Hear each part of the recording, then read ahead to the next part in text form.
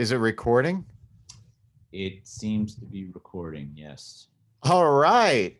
Here we are on The Blind Man in Black. And I have a very, very special guest. He's a friend. He's a visual artist. He's a filmmaker, screenwriter, clothing designer, entrepreneur. What should I add to that? Oh, it's telling me the meeting is hold on one second. Nice, right on time. Yeah, real awkward opening to this. So how the fuck are you doing, Patrick Hasson? That's the name. I didn't mention. I said all those things and didn't mention your fucking name. Yeah. So Patrick Hasson, how you doing, Patrick Hasson? How you holding together through COVID-19 and the political unrest? We just last week we had the Capitol was stormed. Dude, I've tried to block it all out of my mind. Okay, we don't have to talk about that. We don't. No, I mean, we can talk about it. It's like we're living on a bad reality TV show. I mean, that's basically what's happening right now. I'm, for the most part, my life is pretty good considering what's going on with COVID. I guess it was about 4.5 months ago. As you know, I'm a one-man band. If something needs to be shoveled, I shovel it. If something needs to be lifted. So, I've always kind of been like a one-man machine. I built these Airbnbs. I'm a painter. I do all this stuff. And in August, I was lifting some heavy rocks and something went wrong. I suddenly had a lot of pain and pressure and nausea, like in my groin area. So I was like, oh, dear God. Were you thinking like ingroinal hernia? Oh yeah, I was totally thinking. You're like, my stomach's gonna come out in my ball sack. Yeah. And I'm hypochondriac, so I'm getting all the visuals. But basically, what happened is I herniated a disc, and they told me that my back has a lot of deterioration, probably from all the drugs and alcohol and abuse that I've put on my body over the years. But yeah, since that time, I've basically slowly been having to change my entire life, which is, it's something about. I've never experienced anything like this, but it's really difficult. I basically nowadays cannot lift anything over 10 pounds. Really? 10? Oh yeah, wow. Dude, it's really bad.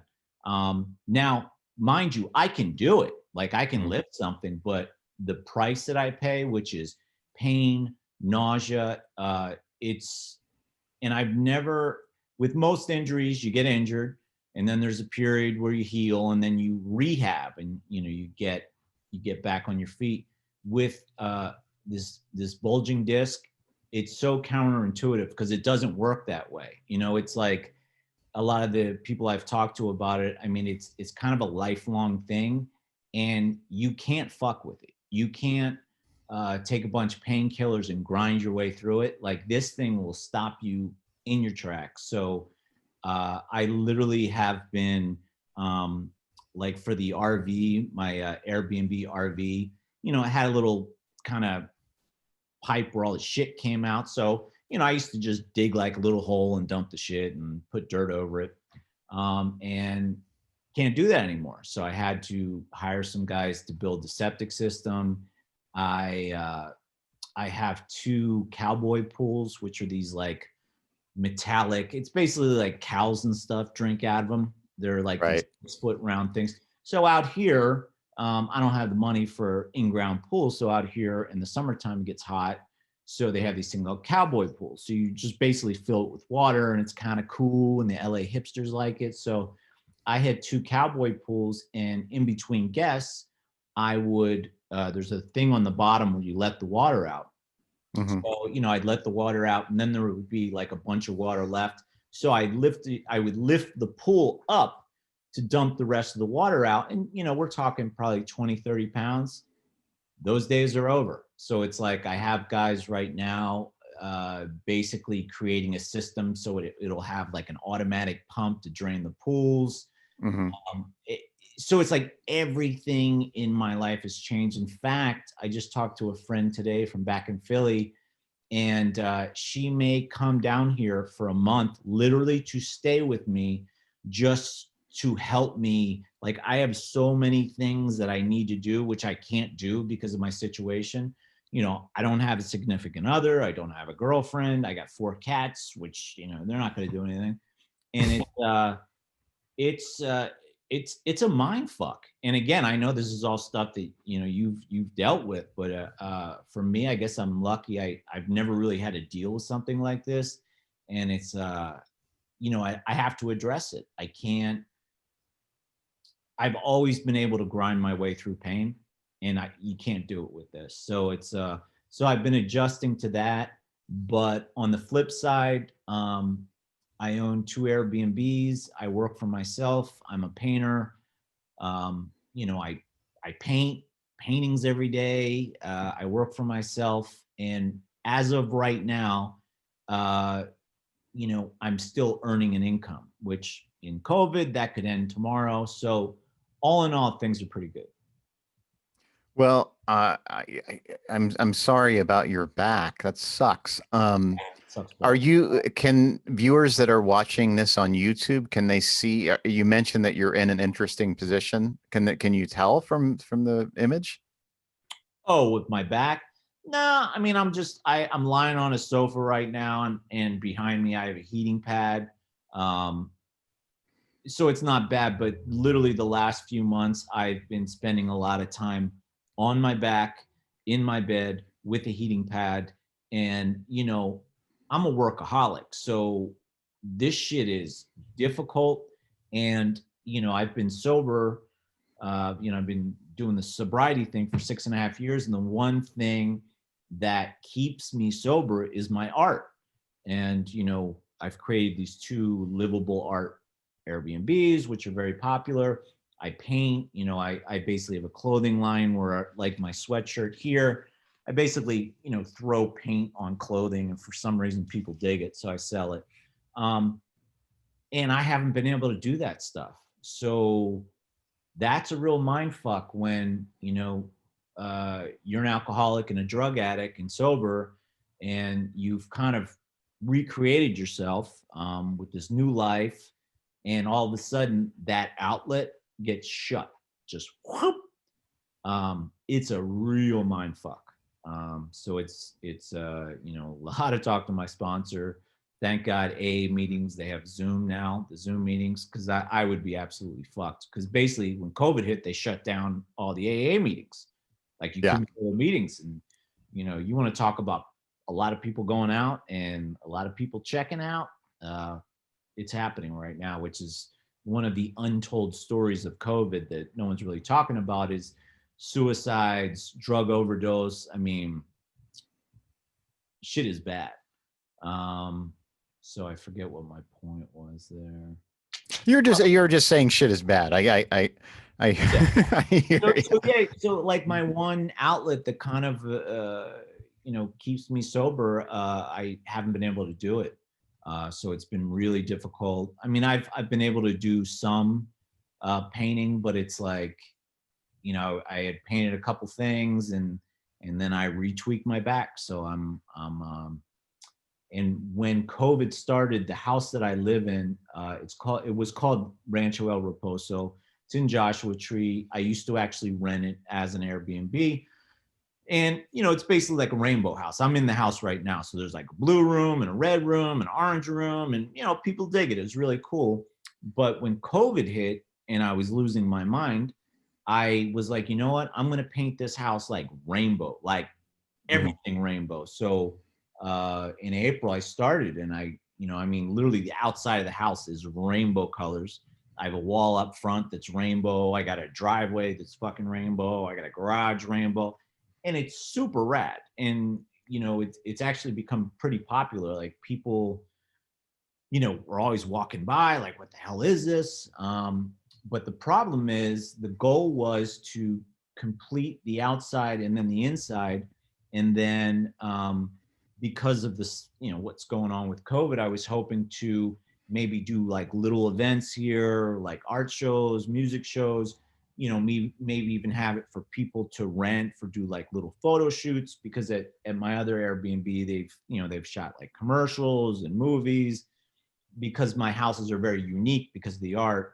So I had this grand master plan, and then my back went out. So it's like the outside's almost done. The inside, I haven't even started yet. So, you know, it's frustrating, but again, in comparison to what most people are dealing with, these are pretty quality problems, you know? Yeah, but you know, I'm glad you mentioned it because I think about this a lot because of my disease, Usher syndrome, type 2A. I'm forced to adapt to this Yeah. disability. Yeah. And I try to parallel it with the fact that we all have to adapt to climate change, COVID, and everything else. Is how do we adapt without losing our minds and becoming so fucking furious that we become destructive rather than creative? And so, you know, I read that article about, you were mentioning the rainbow, and I was thinking about the Rainbow Warriors, and I know that very well because I studied that. Could you talk a little bit about the Rainbow Warriors and what that means to you? Well, for those of people out there that don't know, there's basically a faux Native American tale. I think it's the Warriors of the Rainbow, and basically there was supposed to be a time where, you know, the world's in chaos, kind of like now, and this band of rainbow warriors, people black, brown, red, white, kind of come together and you know, through, you know, trying to basically save Mother Earth, you know, uniting to come together and save Mother Earth. And, you know, a lot of, you know, people, when they see my art, they're like, oh, he's gay. I'm not gay. And that's fine. Like if people think, oh, it's pride, but it's not. I mean, to me, the rainbow is, I mean, it has so many different meanings, but I like the idea of, you know, a rainbow world. And I think right now, I mean, we're so polarized, and, you know, we just had a bunch of psychopaths, you know, attack the Capitol. I mean, things are crazy. And you know, especially with my art, I mean, a lot of what I've been doing with the art lately is, you know, painting the outside of the house rainbows. People are so depressed, and we basically were thrown into a pandemic. You know, I'm sorry if there's Trump supporters here, but we have a fucking idiot as president, right? So we're thrown Well, into. he was impeached today, but yeah, go ahead. Yeah, well, he'll still do some dumb shit. But basically, we have a moron as president. We're Right. thrown into a pandemic, which, like, there's a lot of questions I have about this pandemic. I mean, I know that this COVID is real, and it's a virus, and people have died from it. But then again, there's a lot of weird areas and the agenda behind it. But basically, it was thrown upon America, which is bad enough, or the world rather. And then they're like, okay, this is how we're going to handle it. And, you know, the way they've handled this thing is just horrible. But the worst part is, like, I mean, there's like no rhyme or reason to how they do things. And they have decimated so many, you know, I mean, like, if you're a musician, you're fucked. You know, people that made a living, you know, performing music, roadie, whatever. I mean, they are fucked for God knows how long. Restaurants. I mean, we see what's going on with all the closures and everything. All these mom and pop restaurants that spent 30 years, their whole life, and it's like, yeah, we're going out of business. And you know, what's going to happen when things get back to normal? Oh, all the corporations will just come in and put a fucking Applebee's and a, you know, McDonald's. So you have, you know, they are decimating small business. They are decimating people like myself who have created like their own livelihood. They have decimated so many, I mean, like theater, art. I mean, there's so many areas. I was even reading something today about Vegas and like Vegas conventions, all the money they're losing because, you know, they can't have conventions. Like, it's staggering how many people their whole life just got destroyed, right? And then let's throw this on top of it. All right, there's a pandemic. We're going to scare the crap out of you. Stay in your house or you're going to fucking die. Okay, great. Yeah, we don't have any masks for you, so just make some cloth masks, and they'll work just fine. And oh yeah, sorry, there's no toilet paper for 6 months. I don't get the fucking toilet paper thing. I really don't. I guess it's people just hoarding it. Like, I don't understand why people are so fucking scared of not being able to wipe their ass. I don't get it. We live in a really dumb country. Let's just leave it. We live in a very dumb. So anyways, you have all this shit going on. And then, okay, let's look at other countries, Canada, Europe. They say, hey, we're going to take care of our people. They're not working. So we're going to pay them $2,000 a month. So the people are like, hey, well, at least our government is kind of helping us out. What happens in America, dude? What happens in America? We get one fucking $1,200 check for 10 months. That's it. What the fuck? So, hey, Bob, I just destroyed your fucking livelihood, right? You're not allowed to work anymore. Yeah, we're not giving you dick. Okay, we give you a $1,200 check. Good luck raising your family with that. And you know, us in the Senate, Mitch McConnell, fucking ballsack face.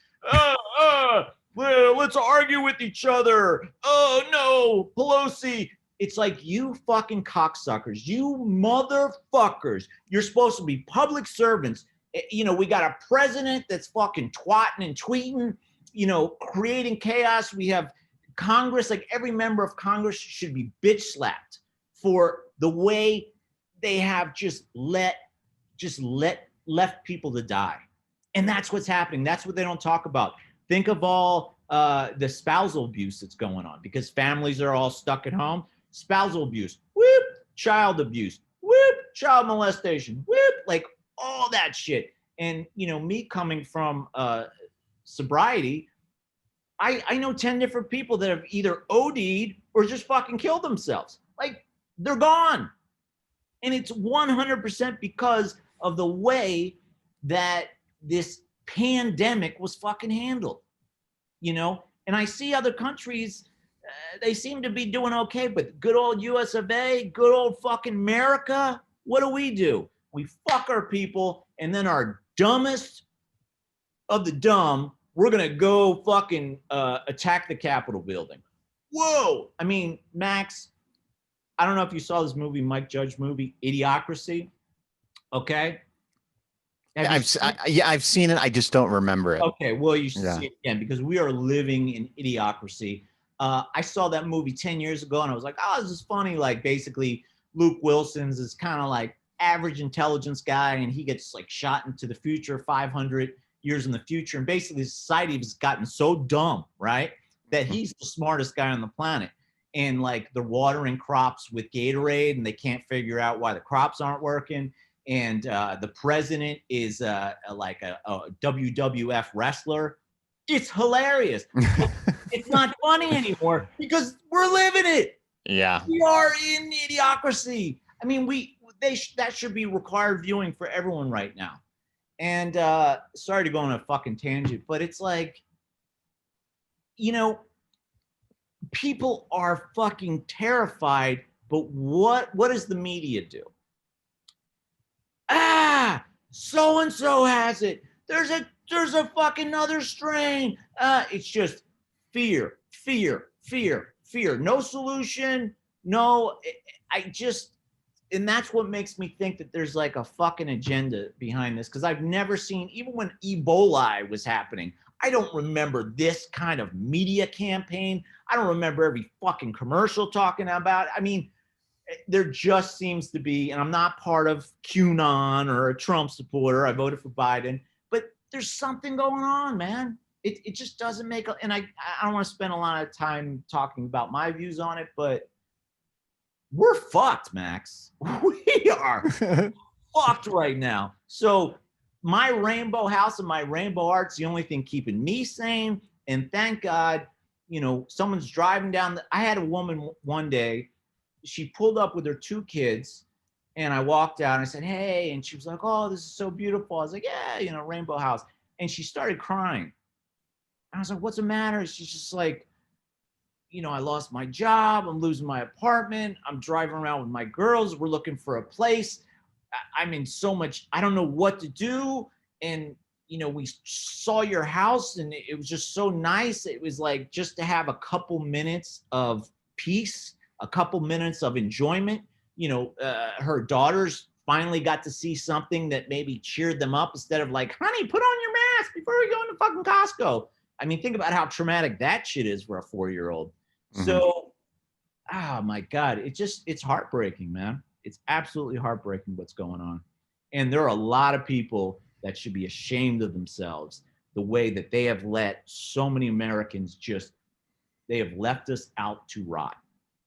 And I wonder if that's part of the agenda. Again, I want to go to conspiracy theory, but something weird's going on, Max. Yeah. Yeah. Well, let's take it back a little bit. Right. I want to start at the beginning. All right. I appreciate it. So let's go back to the formative years. How did this all begin? Let's go back to Philly. Oh God. Philly was fucking miserable. You mean at birth it was miserable? Yeah, my childhood sucked. But Philly as a city is it's a very angry town. And it's hard to explain it to people. Like I tell people, if you want to know what Philadelphia is like, go to an Eagles game. Because if you go to an Eagles game, you will see just drunk, angry, like people just beating the crap out of each other for no problem or for no reason. And, don't get me wrong. I have family in Philly. I have friends. There's good people there. But something about Philly, because it's like the little brother to New York, so it already has kind of a complex. And it's a very blue collar city. It's a very alcoholic city. And there's something about that town it's just angry. So anyway, growing up, you kind of grow up with this angry town. I was like a sensitive artist. I got called horrible names growing up by my father, by friend, faggot, pussy, blah, blah, blah, So your father called you that? Oh yeah. Really? Okay. So, and don't get me wrong, me and my father are good now, but I didn't have fun. So basically, I remember when I was 16, I said, hey, Dad, man, I'm a creative person. Like I want to go to college for something creative. And my middle name's Timothy, and he's Patrick, so he calls me Timothy. He said, Timothy, if you want to do something creative, use a different color pen at work every day. And it was like any bit of hope that I had was crushed. Right. So I skipped a grade. Like I skipped when I was young. So I actually graduated high school when I was 17. I started college when I was 17. Mm-hmm. So, my father, God bless him, he made me an offer. Basically, it was like, hey, if you go to school for accounting at Drexel University, real specific, I'll pay for college. Now I'm 17. I'm not even 18. Like, so I'm still like a minor. So I had really few options. I had thought about joining the military. Thank God I didn't. But I was like, fuck, what am I gonna do? So I went to Drexel for accounting, and I discovered heavy drinking. I discovered drugs, and I went nuts, man. All through accounting. Oh God, accounting. I'm good with numbers. I've always been, but like, oh dear God, it was such a bad mix. So anyway, I failed out, and then I had a friend, Steve Graham, and one day, like, we would just go to like Northeast Philly, where all the Northeast Philly chicks hang out. We would just get, we would drink like vodka and try to pick up chicks. It was pretty sad. But one day he's like, hey man, my dad's got a house in Naples, Florida. And I was like, where's that? He's like, oh, it's all the way down, like on the west side across Miami. He's like, you want to go? I was like, fuck yeah, man. So I didn't know anything. I had no plan. He had this old truck, and he pulled up, and I remember it was January. It was so fucking cold, and my parents were like, my mom's like, what are you gonna do? And I'm like, later. And I fucking was gone. So got to Naples. It was a good time to be in Southwest Florida. This is late 80s, early 90s. I got a job, I was like a landscaper and a waiter, but Southwest Florida, when you're 18, 19, 20 I couldn't have picked a better place to go. We would just get fucked up. My buddy had a boat. We used to like drive the boat drunk, and there's this area called 10,000 Islands, and it's like outside the Everglades, 10,000 Islands. So that's where they would like drop all the drug smugglers. So we became friends with drug smugglers. And I remember this one night, these guys they're like, hey, let's get on the boat. And I was like, whatever. So it's, nighttime in the Everglades, you can't see anything. We're on one of these little skipper boats, and we're cruising through the mangroves, and it's pretty bizarre. And I'm like, where are we going? Like, don't worry about it. So we're drinking, whatever. And all of a sudden, the mangroves clear, and it's the Gulf of Mexico. It's beautiful. It's nighttime, the moon's out, and we're driving, and all of a sudden he cuts the engine. I'm like, what are we doing? He's like, shut up. And all of a sudden you hear,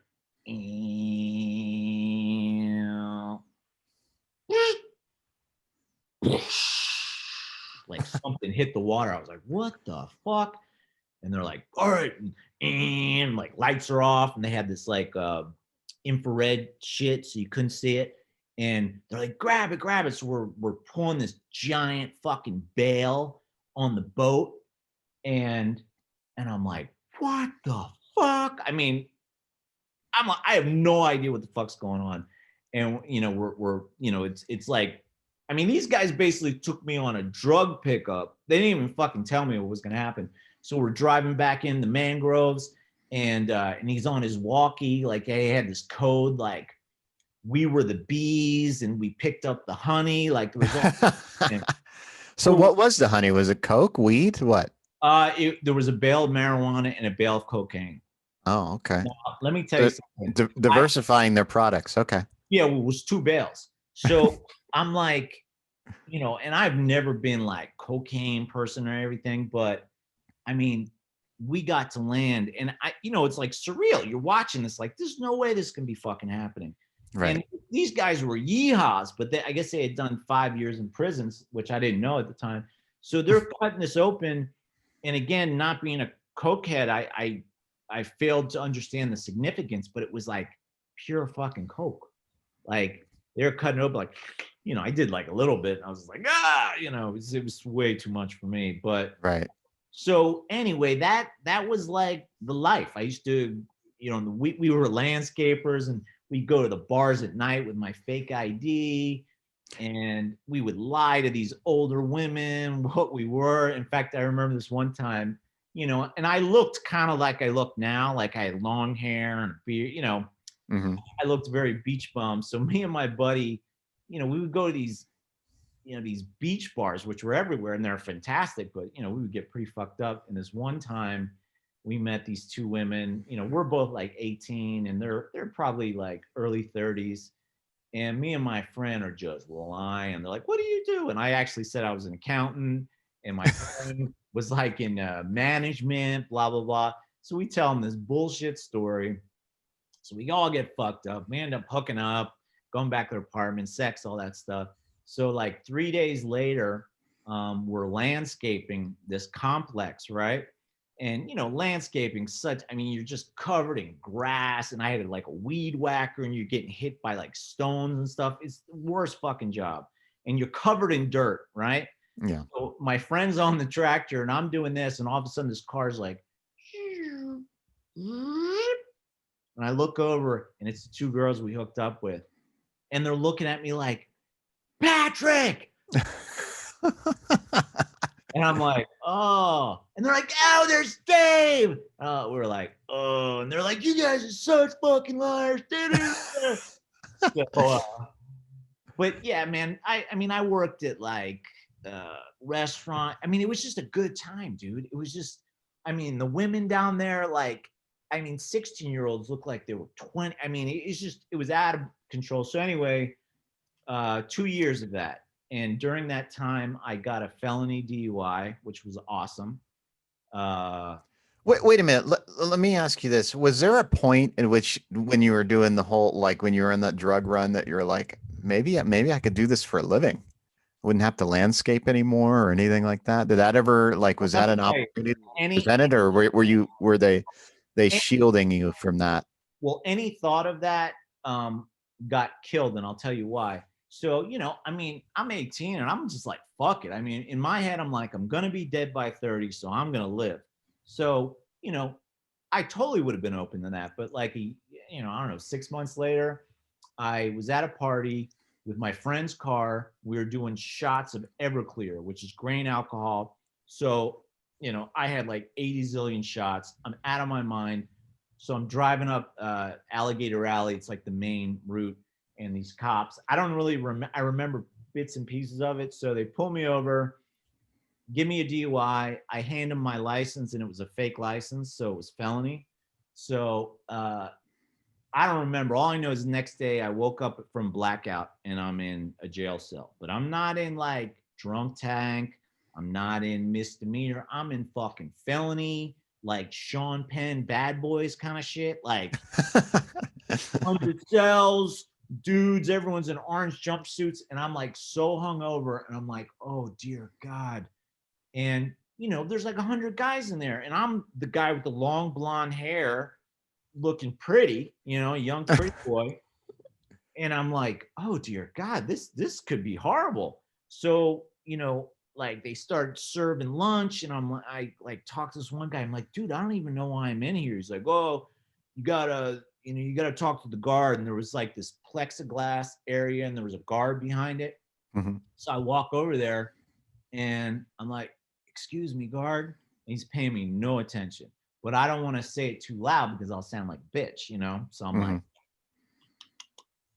guard. And this guy's paying me no mind. And I'm like, and I was like, fuck. So I go back to the table, and, you know, I'm kind of sitting by myself. There's this one guy kind of talking to me, and I was so sick, I didn't want to eat my food. So I gave it to him, and he's like, oh, thanks. And he gave me like 2 rolled cigarettes. So I was like learning jail currency, whatever. And all of a sudden this fucking big voice is like, yo, Blondie. And I'm thinking, he can't be talking to me. And a couple guys are like looking over at me, and I hear it again, like, yo, Blondie, you fucking wrestle? Was that code for sex? No. What happened is, I used to wrestle in high school. So when you go into jail, whatever, they let you keep your shoes. So I was wearing like wrestling shoes. Like I used to wear. Oh, okay. So he sees my wrestling shoes. He's like, yo, man, you wrestle? And I'm like, oh my God. And I turn around, massive black guy, fucking huge, man. I'm like, this is it, man. This is how it's going to end right here. So I'm like trying not to pay attention, and he won't let it go. He's like, yo, man, come on, let's wrestle, man. Nah, nah, nah. And all of a sudden, all the other guys who are like bored are like, hey, yeah, what's all this about? And I'm like, this is really Bad Boys with Sean Penn. Like it's really fucking happening, and there's nothing I can do, and I can't yell to the guard. So, you know, you get in that fight or flight, and I'm like, oh dear God, this is horrible. So all of a sudden, I'm like out of my body experience. I stand up, and I start like circling the guy, and I'm like, and I'm going through my head, because with wrestling, it's not about strength, it's all about leverage. So, you know, when I was in high school, I could throw guys twice my size, because you come in, and you're using their leverage and body weight. Body weight, yeah. So I'm literally thinking like, okay, well, I could shoot in, fireman's carry, throw this guy, hit him to the floor. But the problem is, he hits the floor, then what? This guy's big. But I'm like, if I don't do something, I'm going to get my ass beat and probably raped by half these guys. So I'm like, oh, Jesus. So I'm like circling this guy and everyone's like, yeah, get that motherfucker, you know?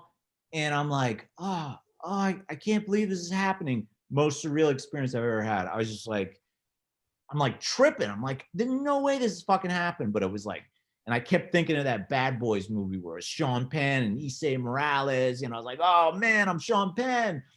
And all of a sudden, I see these big guys at the corner of my eye, and they're like, yo, Leroy, leave him the fuck alone. And the black guy's like, fuck, well, come on, man, what the fuck? And I turn, and there's these three big, like, Aryan white, fucking Aryan Brotherhood dudes, like big. And Jesus Christ. And luckily, I'm looking Aryan, I'm all fucking blonde and shit and Irish. And they like said, fucking leave him alone. And I was like, oh my God. So we sat down and I sat next to him and they didn't really talk to me. And I'm thinking like, oh my God, am I going to have to like suck their dick? Like, how's this work? you're like, this is turning American History X, yeah. right? I'm like, the Brotherhood kind of take me in, but am I going to have to fucking shank somebody? Hey, Peaches. Yeah. all these shit going through my head, but long story short, they didn't really talk to me, but I just kind of hung with them. And then like finally 3 days later, I got bailed out by my friend's mom. But like, it's funny because to this day I can say I got saved by the Aryan Nation, which is so fucked up. But they didn't say like, you're in. They didn't talk to you at all. I mean, a little bit, but it wasn't. They basically gave the message of like, we got you. I was just afraid there was going to have to be, but luckily I was only in there a couple of days. But if I had stayed in there for like months, I guarantee I would have had to shank somebody. Probably would have had to shank Leroy, Right.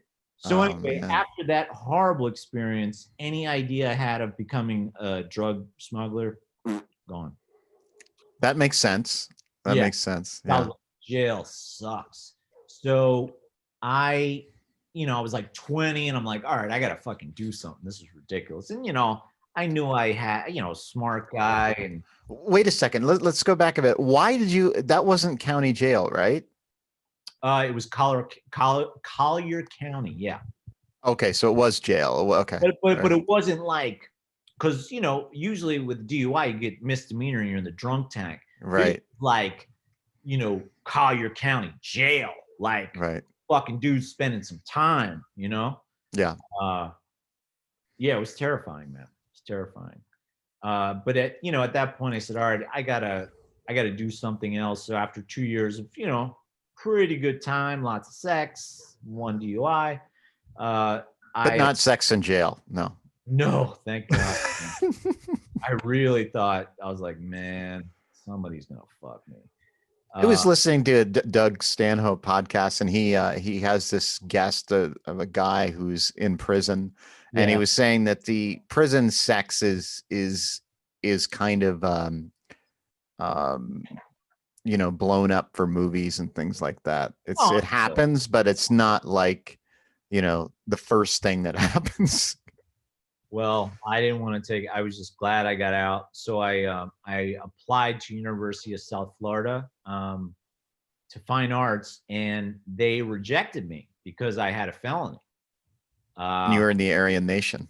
Yeah, Aryan Nation. I had a felony, and they were like, no, we're not letting you in. So I ended up having to hire a lawyer I got the felony dropped to misdemeanor, and I actually had to write a 5-page essay on why the University of South Florida should accept me as a student, So that was like my real first like writing, using my creative writing to help myself. And then, yeah, man, I got in on probation, and I started out as a fine artist, painter, just trying all the different mediums. And then they had a experimental cinematography class. And I made the mistake of falling in love with film. I really wish I had stuck with painting, but nonetheless, I fell in love with film, and I just started shooting films. I shot my first feature out of college. It was this like super experimental film called The Speed of Mind. Shot it on 16 millimeter, did the whole credit card thing. And the film was pretty bad, but it was like, I kind of figured out how to make independent films. And then, Is it on YouTube? no, I have like dude, this is how old it is. VHS tape. It was actually distributed by Provisional, but I honestly, I think the videotapes I have are like probably some of the few tapes of it.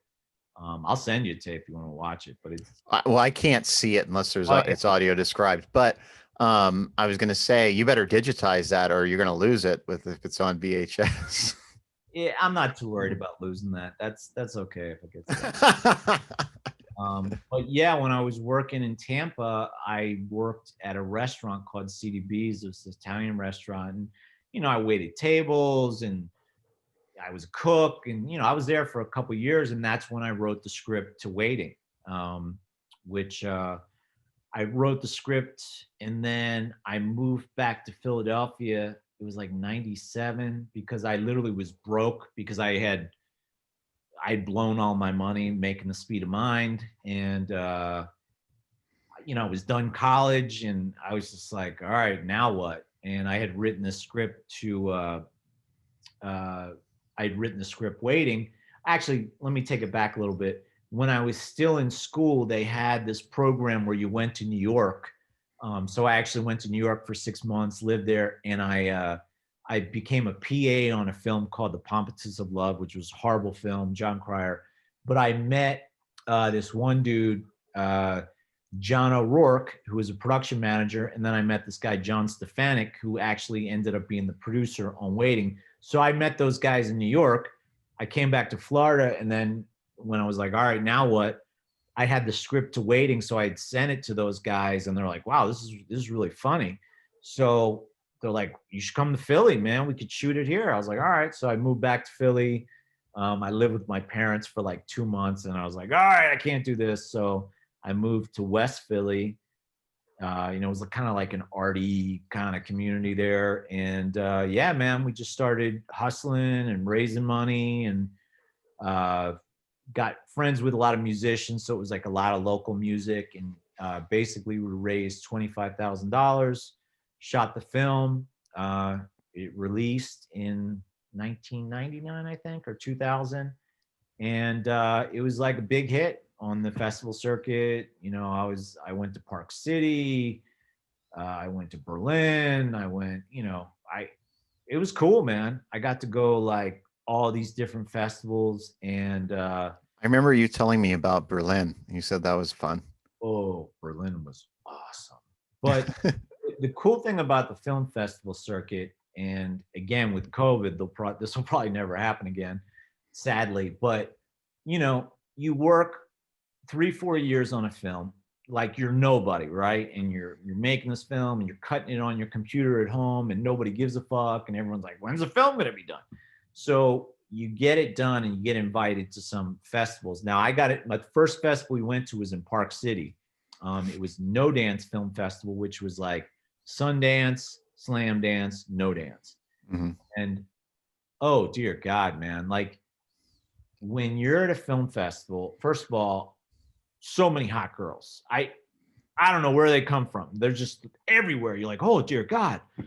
And like I went to this one party, and it was like Trey Parker and Matt Stone. I think it was called Lap Dance, and they had all these strippers. And then I was at like another party, and Jennifer Connelly was there, and I was like, I couldn't even talk to her. I was like, oh, you're so beautiful. Oh. And it was. What did she say? She just looked at me like really sad, because she could tell I was just like, when I saw her in that movie Hotspot with Don Johnson and Virginia Madsen, whoo, I love her. So anyway, and it's just the most epic party, and my film won 3 awards at the film festival. So you're there and they're like waiting and best director, Patrick Hasson, or best script, whatever. So all of a sudden you got these three, like, you know, I don't know, awards. I've never experienced anything like it, Max. Women all over me. Like, you know, 10 minutes earlier, like, and then I win the awards. Boom. Now, did Jennifer Connelly change your tune once you won those awards? Oh, no, she wasn't at that party. Oh, okay. But yeah, man, it was just, I don't want to go into too much detail, but it was good. It's okay. Go ahead. Get one story, just one explicit story. It's okay. It's you know, this is about truth. This is my Gandhian experiment in truth, and I want the truth to come out. So let's hear it. Well, I was showing up to parties. So, you know, I'm blackout drinker. So, you know, I was like literally waking up the next day in condos naked in a hot tub. But there was this one night I hooked up with this girl from Hawaii. She was so beautiful. And I had to fly out the next day, right? And I mean, we were just drinking and partying and having sex and da-da. And I remember it was like 6 a.m. the next morning, and we were still drinking and having sex. And all of a sudden the art director from the film's like, Patrick, the fucking taxi's here. I'm like, what? Like, the taxi's here. So this poor girl, like literally within 2 minutes, I'm like, okay, thanks. And I kissed her and I grabbed my shit. I'm half naked and I jump in the car and I just zip away. And it was you zipped up and zipped away. Yeah. You know, it was kind of a fitting ending. But so anyway, so you go to all these film festivals, man. And it's just, I remember I was at Chicago Underground, very cool film festival. It was on the 11th floor of the Fine Arts Building, which is overlooking, I think it's Lake Michigan. Beautiful views. So you're there in the summertime, and it's not like Sundance. It's not like a lot of celebrities or anything, but it's all cool people and hot girls. So they had this filmmakers lounge. So it was free drinks. That was a big mistake for me. So I'm at this festival, and I was supposed to be on a panel, and I was drinking heavy, Max, like heavy. So the morning of the panel, I was fucked up, and I still to this day don't know why I did this, but I went to a store and I bought like a long curly wig, like a black wig, and I wore a leather jacket, and I showed up to the panel as like some other dude. That's not the first time you've done that, by the way. Oh, well, that comes later. But this was like, this was not premeditated. Like, I don't know why I did this. So I did this panel, and all the other like filmmakers were real serious, and I was like fucked up and wearing this crazy wig. But you know, I was fairly articulate. So all the guys on the panel, I remember Todd Verow he's a very serious independent filmmaker, and he just kept looking at me like, what the fuck is this guy? So, you know, I started getting like a reputation. And then the night of the waiting screening, I was drinking all day. And before the screening, I blacked out, right? So the next day, I just wake up to some dude's house. I don't remember the screening. I don't remember the Q&A. I don't remember anything. I don't even know if I did it. I was like, oh, dear God. And I'm freaking out, and I call the actor, and I was like, dude, what happened? He's like, dude, you were awesome. I'm like, really? So the film played, and it was a big hit. So everyone's clapping, and me and the lead actor, Will Keenan, were doing a Q&A. So I apparently told this long story because Ron Jeremy, the porn star, was in the movie. So I told this whole story of how my mom's neighbor's kid, I cast the kid in the film, and he was like 6. And I cast him opposite Ron Jeremy, and he was playing Ron Jeremy's kid, and there were customers in the restaurant, and they had this weird conversation. So she has no idea that Ron Jeremy's like in a scene with her son. So, and I didn't tell her. So, you know, I'm telling this story, and then apparently, like, after the film was done, that the kid's mother was at work, and somebody at her office is like, Carolyn, why is your son in a picture with Ron Jeremy? And she smiles at the guy and goes, oh, he was in a film with them. And they're like, he's in a film with Ron Jeremy? So anyway, she found that out and she was not happy. So she kind of gave it to me, and I had to babysit her kid for like a week. But is that the penalty for casting a porn star? I don't know. So the next day, IndieWire, which back in 2000 was like the big indie film, you know, they wrote this amazing review of the film, but what they went on and on about was the Q&A. And Max, I don't remember none of it. And it was not recorded, right? Maybe. I mean, this is, you got to remember, this is kind of I mean, cell phones were around, but I don't know if I even had one. You know what? I didn't get a cell phone until I moved to LA, which is 2002. So, you know, it wasn't like now where, yeah, there'd be 8 million videos of it. But yeah, someone might have it for sure. So what happened? So are we going into LA now? Is that where we're at? Sure. So, you know, I'm like in Philly, Waiting's a big hit. I'm like, all right, well, I got to go to New York or LA, man. I can't, you know, I mean, Philly's just a bunch of angry people. I need to get to, you know, where the film's happening. So I was contemplating New York because I had a lot of connections to New York, and 9/11 happened. So now, didn't you meet Harvey Weinstein in New York?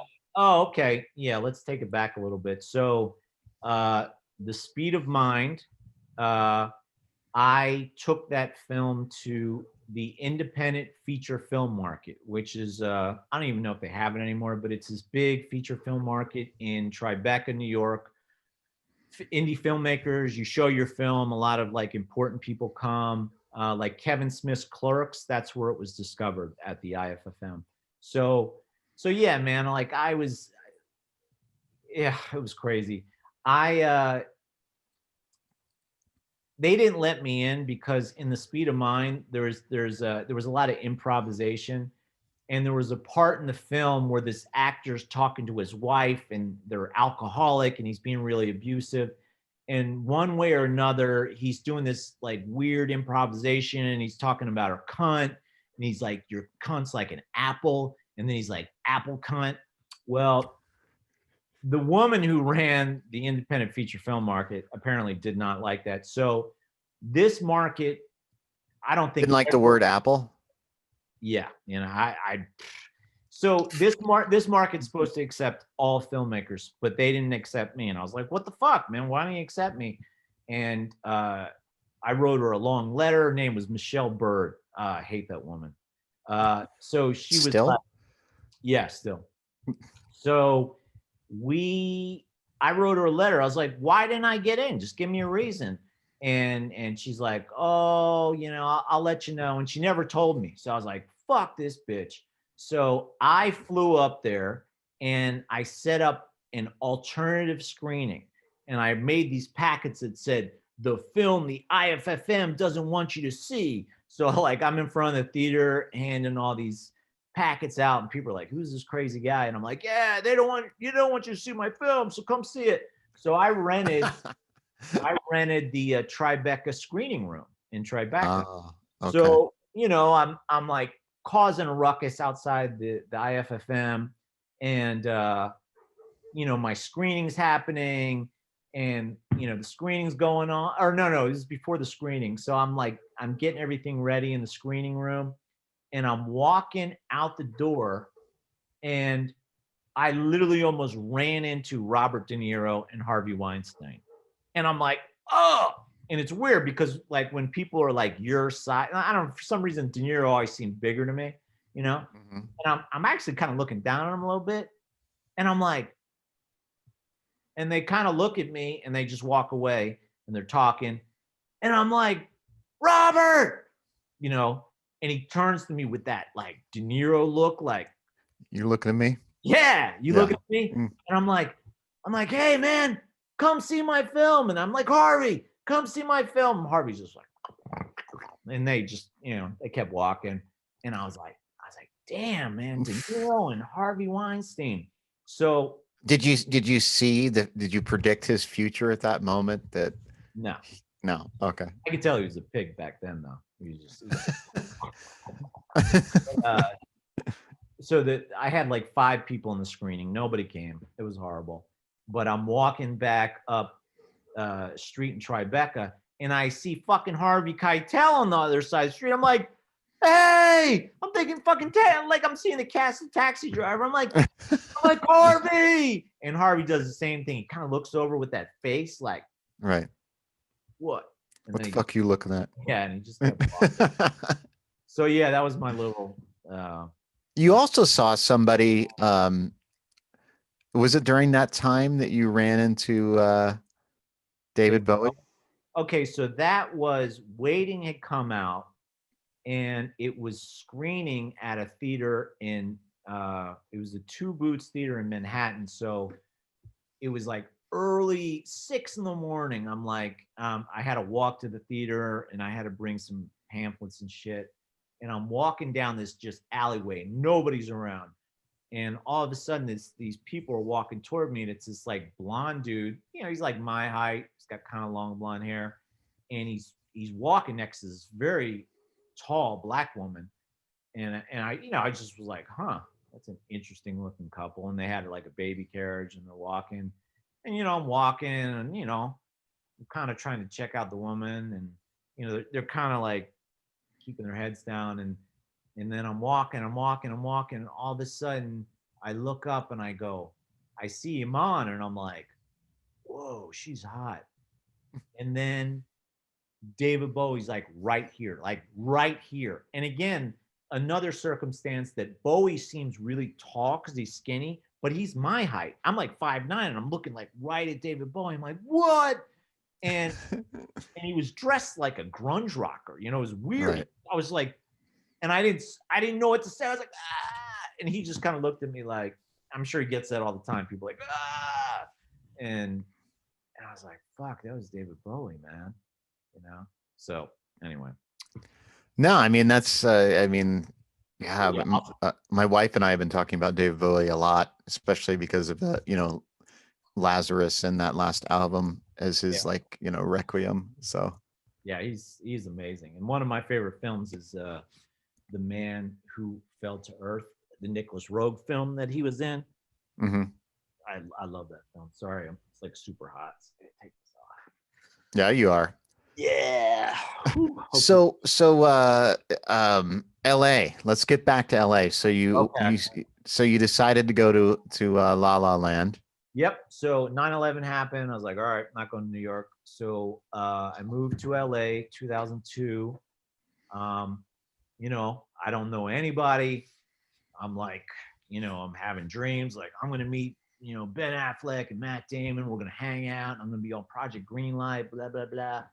And, the first. I actually know the producer of that. Really? Yeah.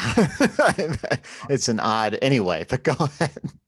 Well, I never met him. I can tell you that much. But, right. The first 6 months in LA are wonderful because, I had saved money. So I didn't necessarily have to work. And, I had this roommate, and we just partied and drove around LA. And it's, you have that honeymoon stage, you're seeing where all the studios are. And I was living in East Hollywood, as you know, is a shitty area of town. I think I lived like on the street that Bukowski lived on for a while. Like near Sunset and Alvarado, like out there. I mean, he lived in a lot of different places, but he lived over like Sunset Alvarado, that area. This was Carlton Way and St. Andrews. And actually the Jane's Addiction song Jane Says it, he's talking about St. Andrews, which was the street that I lived on. So anyway, so everything was cool, it was like, oh, there's that, and and that was shot there. And after 6 months, you're like, your money's out, and you're like, now what? And I didn't know anybody. So I started there was an after school program. There was a school by I don't know how I found out about it. There was an after school program called Lacer in Hollywood, and they taught after school programs to underserved kids. I mean, these kids are coming from pretty rough neighborhoods, you know, Compton, and just yeah. I mean, these kids were not like Beverly Hills kids. So I was helping out with a poetry class, and they're like, "Hey, Mr. Patrick, what do you do?" And I'm like, "Oh, I'm a filmmaker." And they're like, "Oh man, can we make a film?" And I was like, "Well, it's poetry class, you know. I don't know what the teacher thinks of that." And they kept kind of bugging me, and I was like, "All right, well, you know, if you write the script, we could make a film. I got film equipment, and uh, you know, the program was, you know, it's a nonprofit, so they don't have any money or anything. So, Hey, did you move your microphone a little bit or something? You sound a little softer. no, how's that? Yeah, that's good. That's fine. So, um, you know, I ended up making a film with the kids. You know, we wrote a script. Uh, you know, we shot the film around campus. You know, I edited the whole thing, and there was like an end of the year show where, you know, there was a theater class and a music class. So each class kind of had a talent show. So, you know, no one really knew who I was, and we showed this film, and people were blown away. I mean, they were like, "What the?" I mean, it was a really good film. So the head of the program was like, "Do you want your own filmmaking class?" And I was like, I mean, I've never really taught kids. And I was like, "Okay." And she's like, "All right." So she gave me my own class. I created the curriculum. And over the course of 6 years, we made 20 films. You know, I work with middle school, high school, elementary school. And I wasn't really making a living, but for me, it was awesome because I was like making films and, I don't know, doing something that was pretty cool because, you know, I was, you know, writing scripts at the time, but you know, you're trying to meet people, and it's not easy. Like a lot of people are from LA. I mean, that's the one thing you learn after a while in LA is you learn that lots of people uh, come from millionaires that make it in the industry. A lot of the people that make it in the industry is because their uncle runs a studio. You know, there's tons of nepotism, and uh, it's definitely who you know. So the first 6 years, that's really all I kind of did. I was just, you know, I worked that program, and we actually shot a documentary. It was called Mr. Patrick and the Hollywood Stars. And it was a great film. It never got finished because we couldn't get the financing for post-production. But some point during that time, I met Juan Carlos. He helped me on the documentary, and then we actually partnered up and started doing projects together. So after working with kids, I got a job working porn with you. Yes. And before we start that journey, I don't know. I don't know if your volume went down or something, but your audio is just a little lower than it was before. I'm not sure what. Testing 1, 2, 3. Yeah, Test. maybe you're just talking softer. I don't know. But um yeah, so I mean, that's what I think we should let everybody know is that's how Patrick and I met. And then the reason he calls me Max is because at that time, a few years before I started working at Digital Playground when I was at UCLA working on my master's degree in directing, I changed my name to Max because there was another director there named Brian. So I said, we can't have that. And so, but the real reason was I was trying to escape myself. So I thought if I changed my name, I could escape who I was. So, but that didn't work out very well. But And in porn, you know, I mean, I was an editor. My name was William Default. Willem Default. Remember? that's right. That's right. That's my porn editing name. Yeah, and that's where we met at Digital Playground. So I was the project manager, and you're one of the editors that I Dude, come on, oversaw. you're selling yourself short. You're a writer as well, Max. Yes, I did write Pirates Are you and going to talk Pirates about? Okay, 2, there you go, Stagnetti's Revenge. dude. You're a legend, man. Right now, all the millions of dollars you made from the script. Yeah, I know I didn't see any of that, but But yeah, that's where we met. And we had some fun. I mean, it was crazy. Like, Yeah. I mean, just the idea of working in this kind of semi-corporate environment and walking in and hearing, oh my God, suck my asshole. Oh my God. Oh, I'm gonna come. Like hearing that all day and just being walking around being like, did you finish that edit? Is that edit done? Are we gonna send that over to get that digital? You know, it's just like, it's so surreal, man. yeah. It's the most bizarre. And most people, when they hear that I was an editor with film, and they're like, oh my, their eyes get big, like, oh, that must have been the greatest job. I'm like, listen, buddy, the first couple months are cool because, a porn star walks in and sits on your lap. You're having fights in the office with dildos. There's fun stuff. But then after a couple months and it's 8 a.m. and you come in and you sit down at your desk and you turn on your computer and you're editing that anal scene, and it's like a close-up of a cock and a butthole, and you have your headphones on and you just hear, or someone like giving a blowjob. You hear that for 8 hours, you want to murder somebody. So it's funny because it's not what it seems, that world. Well, I mean, I think all of us, and I feel like, and maybe I'm making a broad generalization, but I think everyone that is drawn, except maybe, I don't know, I think the owners are they're doing something different. But most people, the editors, the performers, are all coming from some type of trauma or damage. And I include myself in that. Oh, me too. And I can just say that I was so depressed, but I think to some degree I was not aware of it because I was aware. Well, I remember Matt. Okay, here's Max, audience. Like, this is Max walking in the office. He walks in, he's got his shades on. His t-shirt looks like it's been in the hamper for like 5 weeks. And he's wearing the same shirt like 5 days in a row. And you just like, I think one day you even said, like, I just want to kill myself. I think that there was an underlying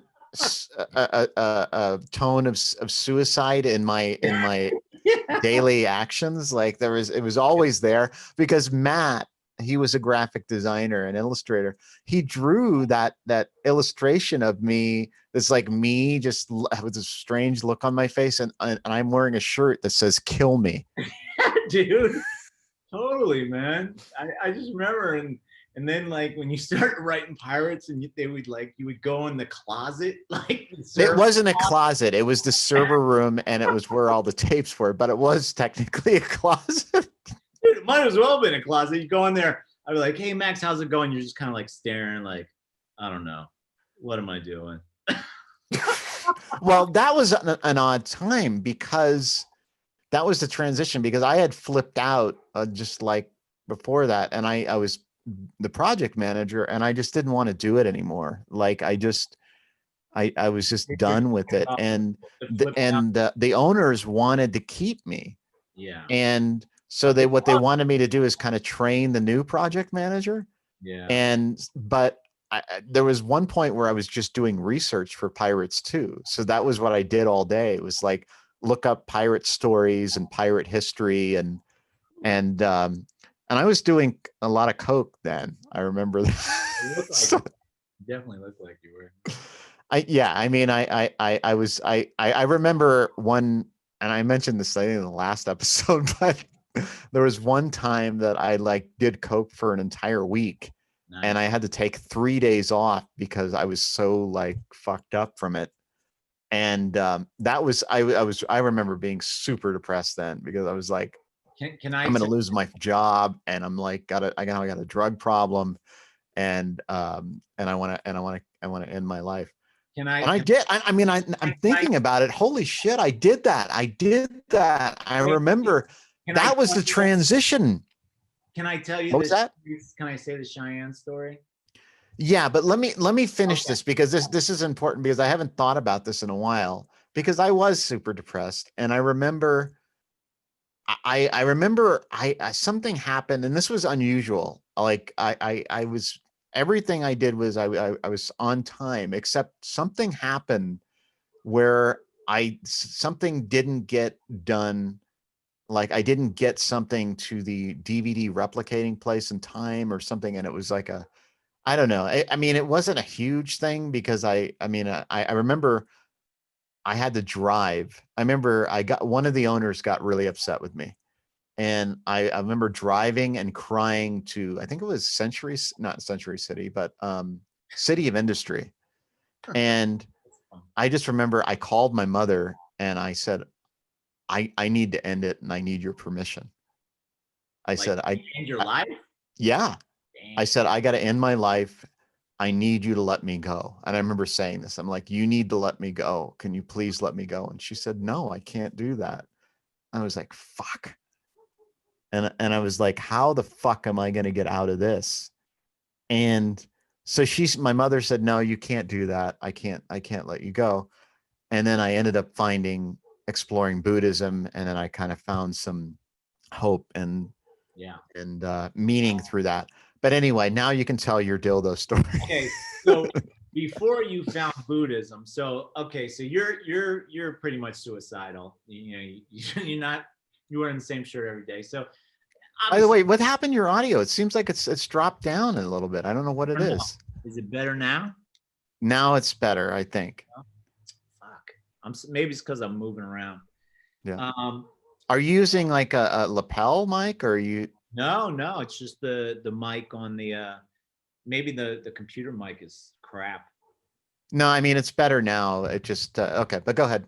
Okay. So to add insult to injury, you know, you're suicidal. Oh, let's do the context a little bit first before you get into that. I have obsessive compulsive disorder, so I have germophobia. So let's lay that out there first. Okay. So yeah, Max is germaphobe. So we're in this office and we worked with some wackos. Okay. And the one guy we worked with, his name was Cheyenne, and he was a hermaphrodite. And there was a night where he actually showed us his sewn up vagina. I think he was just full of shit. I don't even think that was true, but okay. Dude, people saw it. There was like sewn up vagina. It was disturbing. You saw it? I didn't see it, but I heard the story about it. See, I thought it was a whole bullshit thing that he would lay out for women to be like, I'm so sensitive, I have a vagina. No, Max, there's pictures of him when he was as a woman. Like, you remember we used to go online and there would be pictures of him as a woman, and then I don't remember that. I thought it was it was his game that he played. No, dude, he was a hermaphrodite. So anyway, so he got this fucking hermaphrodite who at the point is a guy. And there's nothing wrong with that, by the way. But okay, go ahead. He was a douchebag. For a hermaphrodite, he was a douchebag. So Max is like walking through, we called it the Shark Tank, where all the editors were, because it was crazy. So Max is walking through the Shark Tank, and you're walking toward a door, and Cheyenne thinks he's being funny, and you know, at the office always had dildos, random dildos everywhere. So and these dildos were used in scenes, by the way. Yeah. So when you picked up a dildo, it could have been up someone's ass the night before. So right. Hermaphrodite Cheyenne comes around the corner, like I guess he was trying to scare you or something, with the dildo, and the dildo went into your mouth. Well, I've never seen the look of murder in someone's eyes. Like you were like, oh, and then like the fucking germophobia kicked in, and you're like, oh, and then like grabbed him, and I was like, oh, he's gonna murder Cheyenne. This is awesome. It was, dude, you were like spitting for so long and went to the bathroom. And you're washing your mouth out. You made it sound like it just fell in my mouth like I wanted it. He rammed it, dude. He came around the corner, went, wow, right in your mouth, man. Yeah, I remember that. That was yeah, that was one of many instances. That was a weird fucking place, man. It was after that, I would have been like, I understand you want to kill yourself, because like a hermaphrodite stuck a dildo with God knows what in it in your mouth at work. I mean, that's horrible. Yeah. And that was interesting because that you mentioned something a few years ago, and I had not really thought about it. Like my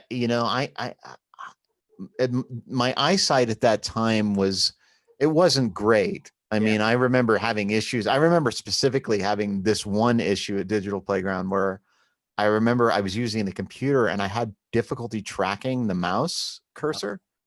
And I remember you told me the story where I walked in and everybody, can you explain the story about how everybody like guarded their drinks? Oh, dear God, dude. Like, so, it's me and Jason and Nick. Nick. Yeah. No, I'm kidding. Nick's cool. So we each have our like big computer desks, and everyone's got their knickknacks on it. Like Jason was like, for some reason, he was really fat at that time, so he had all these like Dr. Pepper and Pringles and chocolate pretzels. And then on my desk, I'd have like, tea or something. But well, Jason was emotionally eating, so let's be fair about that. Yeah, he was emotionally eating. But dude, like you would kind of come in and you didn't have any peripheral vision, so you used to do it all the time. Be like, "Hey, what's going on?" Wow.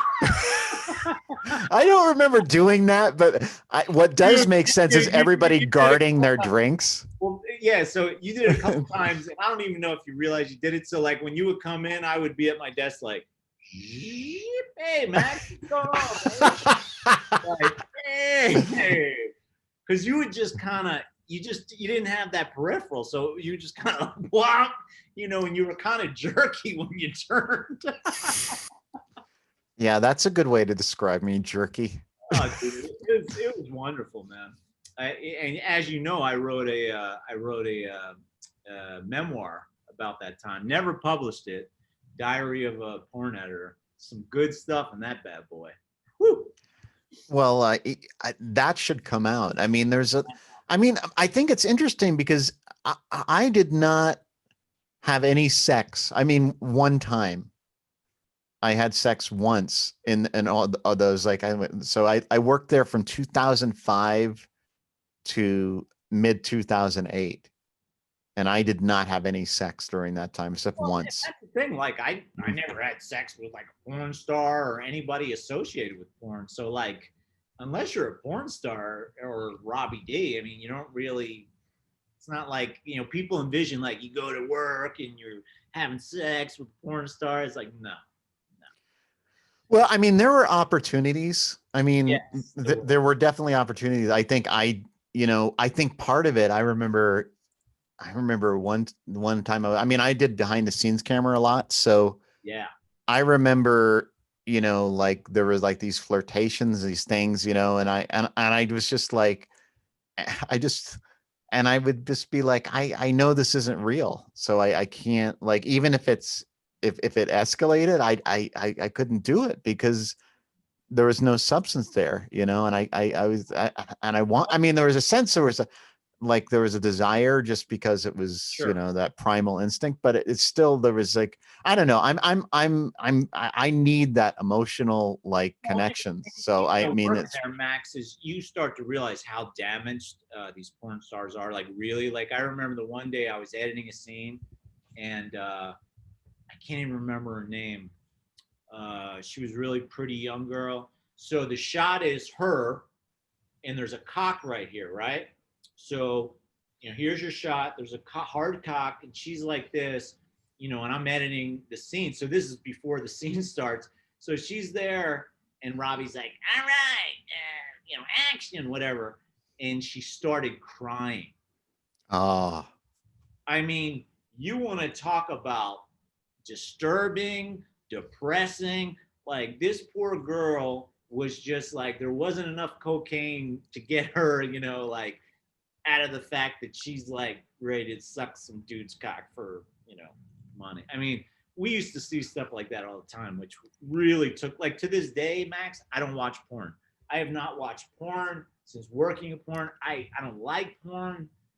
I date women and they're like, "You're such a liar." I'm like, I swear to God, I don't watch porn. I don't want to see porn.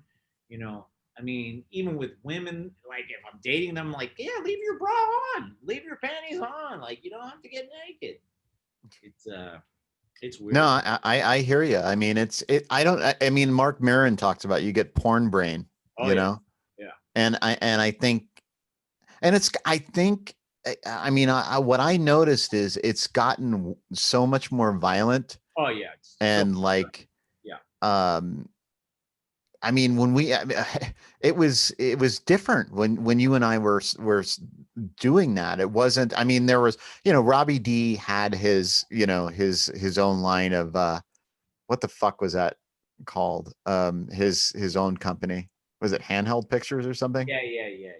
And so he was going more towards that because he knew where the industry was going. Sure. And I think that's where it is now, where it's just like everything's taboo and like I mean, you figure we were doing violent that and in fucking weird. 2006. I mean, now it's 2000. Again, I don't watch porn, but I can't even fathom what it's like now. I mean, it just must be like torture porn, you know? Yeah.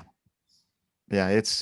It does something to us. And I think all of us that work there to some degree, has some trauma associated with it. Oh, dude, my first year Yeah. in sobriety, like almost every meeting, I would be talking about editing porn, like how it disturbed me, and like I would be in meetings with like, dude, you got to stop talking about porn, okay?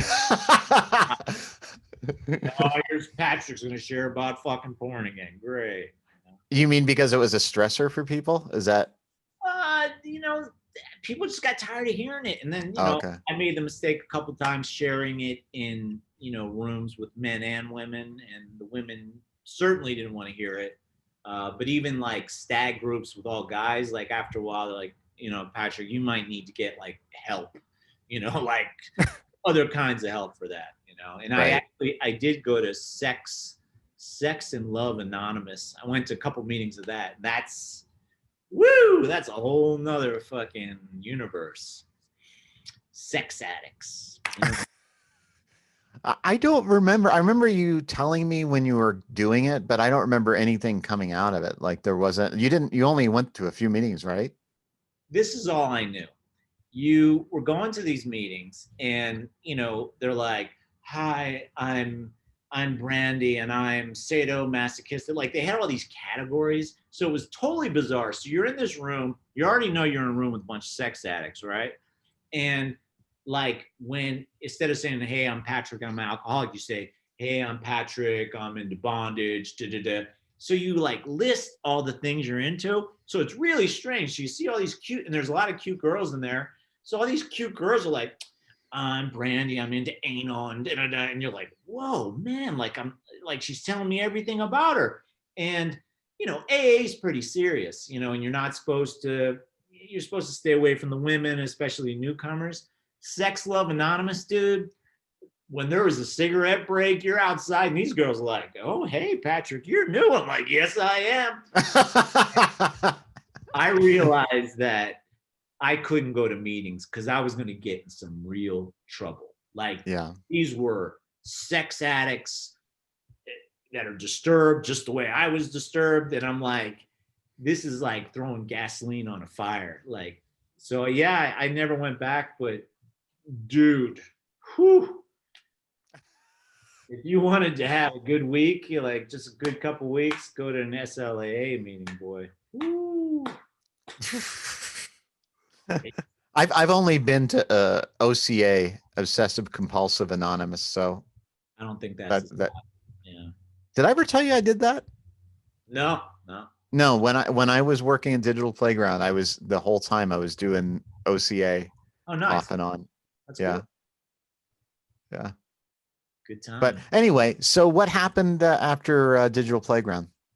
I, as I had the crazy idea to, I'm like, because the director we worked for was schmuck. I'm like, I could fucking direct a porn film. And Robbie's like, you can never direct. You're an independent filmmaker. You could never handle making a porn film. And it was like a challenge. I'm like, I could totally make a porn film. So me and my directing partner, Juan, I pitched him this idea. I was like, get this, man. Obviously, I work in the porn industry, so we have that kind of segue in, documentaries about porn, very popular, but let's do a different angle where I, an independent filmmaker, I'm going to raise money and make the greatest porn film that was ever made, and I'm going to win a porn award. Like that was the original challenge of the film. So we started doing that, and because of my access to all these people, you know, we had porn stars in the film and stuff, but we ended up hooking up with this mother-daughter porn team from Florida, and my fiance at the time, and introduced me. She met him at some infomercial, and that's odd. Yeah, things went crazy after that. So basically, we ended up teaming up, and we shot a film, and then we ended up on the Maury Povich show, and then they ended up on Howard Stern's show, and then everything fell apart, and then we ended up on the Hollywood Judge, like a judge show, because they were suing me, and so that I remember when that was happening. Yeah. Yeah, that was called How I Became a Porn Director. And again, with that, the film never got completed, which is probably a good thing for me. But we made a 10-minute work in progress, and every person that saw that film just flipped out because it was just unbelievable, man. I mean, it was like American movie meets Boogie Nights. I mean, it was so crazy, man. But I'm glad that that's in my past, and it's probably a good thing it never came out. I remember seeing you on Maury Povich. You were wearing, this is why you're wearing a disguise. I remember Yeah. What did you have on? So basically, this crazy story happens, and the gals were like, hey, we got invited on Howard Stern, and Maury Povich wants to shoot a show like you directing us in a scene. And I'm like, dear God, man, like, I'm not going to be on a national TV show as myself directing a porn film. I'm like, there has to be context. We're shooting a documentary, and it's kind of like a mockumentary. And I'm like, there's no way. And they're like, well, why don't you come up with an alter ego? And I was like, okay. So I came up with this alter ego called Willie D. And I had really short hair back then, but I had this long wig. I mean, it was like longer than my hair now, and these sunglasses and this snakeskin leather jacket. So I was on Maury and Howard as Willie D. And it was so bizarre. It's funny because I remember everybody calling you, a Digital Playground calling you Robbie D with hair. Yeah. And then it became well, yeah, we can, yeah, that was a weird time. Yeah, it was for all of us. But so what happened after porn? Life after porn? Like the documentary series. Really depressed. My drinking and drugging was really bad. I had written a script called Bloodshed, and it was weird. Like in 2012, 2011 was horrible. I actually went to North Dakota and worked on an oil rig because I couldn't find work. So I was like losing my mind. But then 2012 hit. Wait a minute. Don't gloss over this, because there is something that like I want to hear, that people should hear. So tell about what happened when you got near the wastewater from the fracking sites. Oh, dear God. You want me to go into that? Yeah. Okay. I'll try to break it down. So, I worked on a oil rig, and I'd never done it before. And, all these people that say fracking, it's totally safe and blah, blah, blah, such horseshit. Anytime first of all, they get like a plot of land, and then they drill into it. Anywhere they frack for oil, everything around it is fucked. The water is fucked. The ground is fucked. And we're talking for like years and years and years. And, they used to say like, oh, OSHA, check shit out. OSHA didn't do jack shit. I remember this one. You mean the EPA? No, OSHA. Oh, yeah, EPA and then OSHA. But yeah, most dangerous fucking job. But I remember this one day we were working, and the drill bit is basically this toxic mud is going into the drill, and then it shoots into the ground, and that's how it cuts through all the rock and everything. Well, there was a leak in the drill, so this toxic mud was like, it was shooting everywhere. And I think I showed you pictures. I was covered in toxic mud and the shit was going everywhere for like 50 feet. And, you know, it was, I mean, there should have been like hazmat suits and everything. And they basically said, they gave me a broom, like, just shove it back into that hole in the ground. So I'm like shoveling these, you know, inches of toxic mud down this hole. And then, you know, anywhere they dig, they have this thing called like a sludge pit. And it's just, it's all the byproducts of fracking. And it's so toxic. So toxic. I mean, yeah, man, like anyone that says that fracking's okay is so full of shit. There is nothing worse than fracking. It destroys everything. And didn't you start vomiting? Oh yeah. When I was, so I'm, you know, I'm shoveling the toxic mud, and what was happening is the fumes were coming up. And you know, I mean, the shit, you gotta figure, it was going through my jumpsuit, so it was going into my skin. And right towards the end, I just started vomiting. You know, I was like, should I go to the hospital? And they're like, oh yeah, you're fine, man. And they just like hose you off and just keep on working. But you know, if I ever get cancer one day, I'm pretty sure it'll be from that. Seriously. Well, and we should put it in a context, as this was like right after the Great Recession. So it wasn't like you were like, yeah, let's do some fracking. Yeah, no, it was 2008-9 recession, 2011, couldn't find work, was living with a girl. She was like, you need to get a job. I was like, I'll fucking get a job. I'll go frack for oil, you know? But then I came back, I got injured and I came back. And in 2012, the script that I wrote, Bloodshed, which back in like 2009 had won a bunch of awards, all of a sudden a producer was like, we're going to make your film. And then at the same time, I got accepted to CSUN master's program. And then at the same time, JoJo, who we used to work with, said, hey man, I'm working at Playboy, you want a job? And I was like, hell yeah. So 2012 through 2014, I basically directed a film called Bloodshed.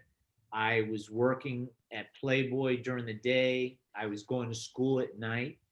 I was taking copious amounts of drugs just to deal. So I was taking heavy amounts of benzos and painkillers, and then I was drinking. So even though on the outside, I ended up getting a master's degree and I ended up making a film and I was working a job, like my life was falling apart. On the inside, like kind of the way you were at Digital Playground, that's where I was, like, killed me. And then, you know, as you know, March 2014, I remember I called you up. I was in my apartment in Tahunga and I was like losing my mind. I was like, Max, I couldn't remember anything. I was like DTing from benzos because I couldn't get any more. And I was just like going crazy. And you literally were on the phone with me as I drove out the 210 to Upland and drove myself to rehab. And that was like the only one that had an available opening, right? Yeah. And the day I went into rehab was the day that Bloodshed, the premiere of Bloodshed, the film that I wrote and directed, which unfortunately we got into the editing room. Even though I was an editor, the producer, shitfuck, said, I got it. You know, so he kind of took the film over in the editing room and it turned into a pile of shit. I mean, it was just like, the only way I describe it to people, it's like, I paint this beautiful painting of a butterfly, right? And I'm like, wow, it's a beautiful butterfly. And then some producer walks in with a can of spray paint and he spray paints a cock on the canvas over my butterfly. And then he walks away, but then people walk by and they see my name on the painting and they go, why did you paint a cock? And I'm like, no, it's not a cock. It's a beautiful butterfly. But no, it's a cock. It's your name and it's a cock. You painted a cock. No, it's a beautiful butterfly. The producer did that. So it was so disturbing to see something I had spent 4 years of my life and it was just ruined. So that was another big reason why I went into rehab that day, because I didn't want to go to the premiere. And when I was in rehab, I wrote my thesis for grad school to graduate in rehab. So I was like losing my fucking mind, withdrawing from shit, and I wrote a thesis. That was not easy. That's amazing. I did not remember that. Yeah. That you wrote your thesis. Ooh, it was horrible, dude. Coming off like 6 years of benzos and opiates, and you're like, ah! And then I'm like, oh, I gotta write a thesis, and I had to meet with my instructors. This was horrible. The rehab, I told them, I said, look, man, I got to meet with my advisors. So the only way they agreed to it is if this like old hippie meth head that worked at the rehab, he fucking drove me from Upland in this shitty car. We would pull up to CSUN Northridge campus. So it's like all these kids walking around, and we pull up in this crappy little car, and I'm with this super tweaked out guy, and he would sit there and wait for me. And I was so embarrassed, man. I'm walking by like people I know. They're like, who's that guy? Your drug dealer? I'm like, nah. And I would have to go meet my advisor. And, my advisors, I'm sure, were looking at me because I'm still withdrawing and shit. So I would have my advisory meetings and then have to walk back to the car with this fucking old meth head, and then he'd drive me back to rehab. It was so, so embarrassing. Good times. You're like living the Keith Southern life right there. Yeah, man. So I want to mention that, during this time, as even after, you were so supportive.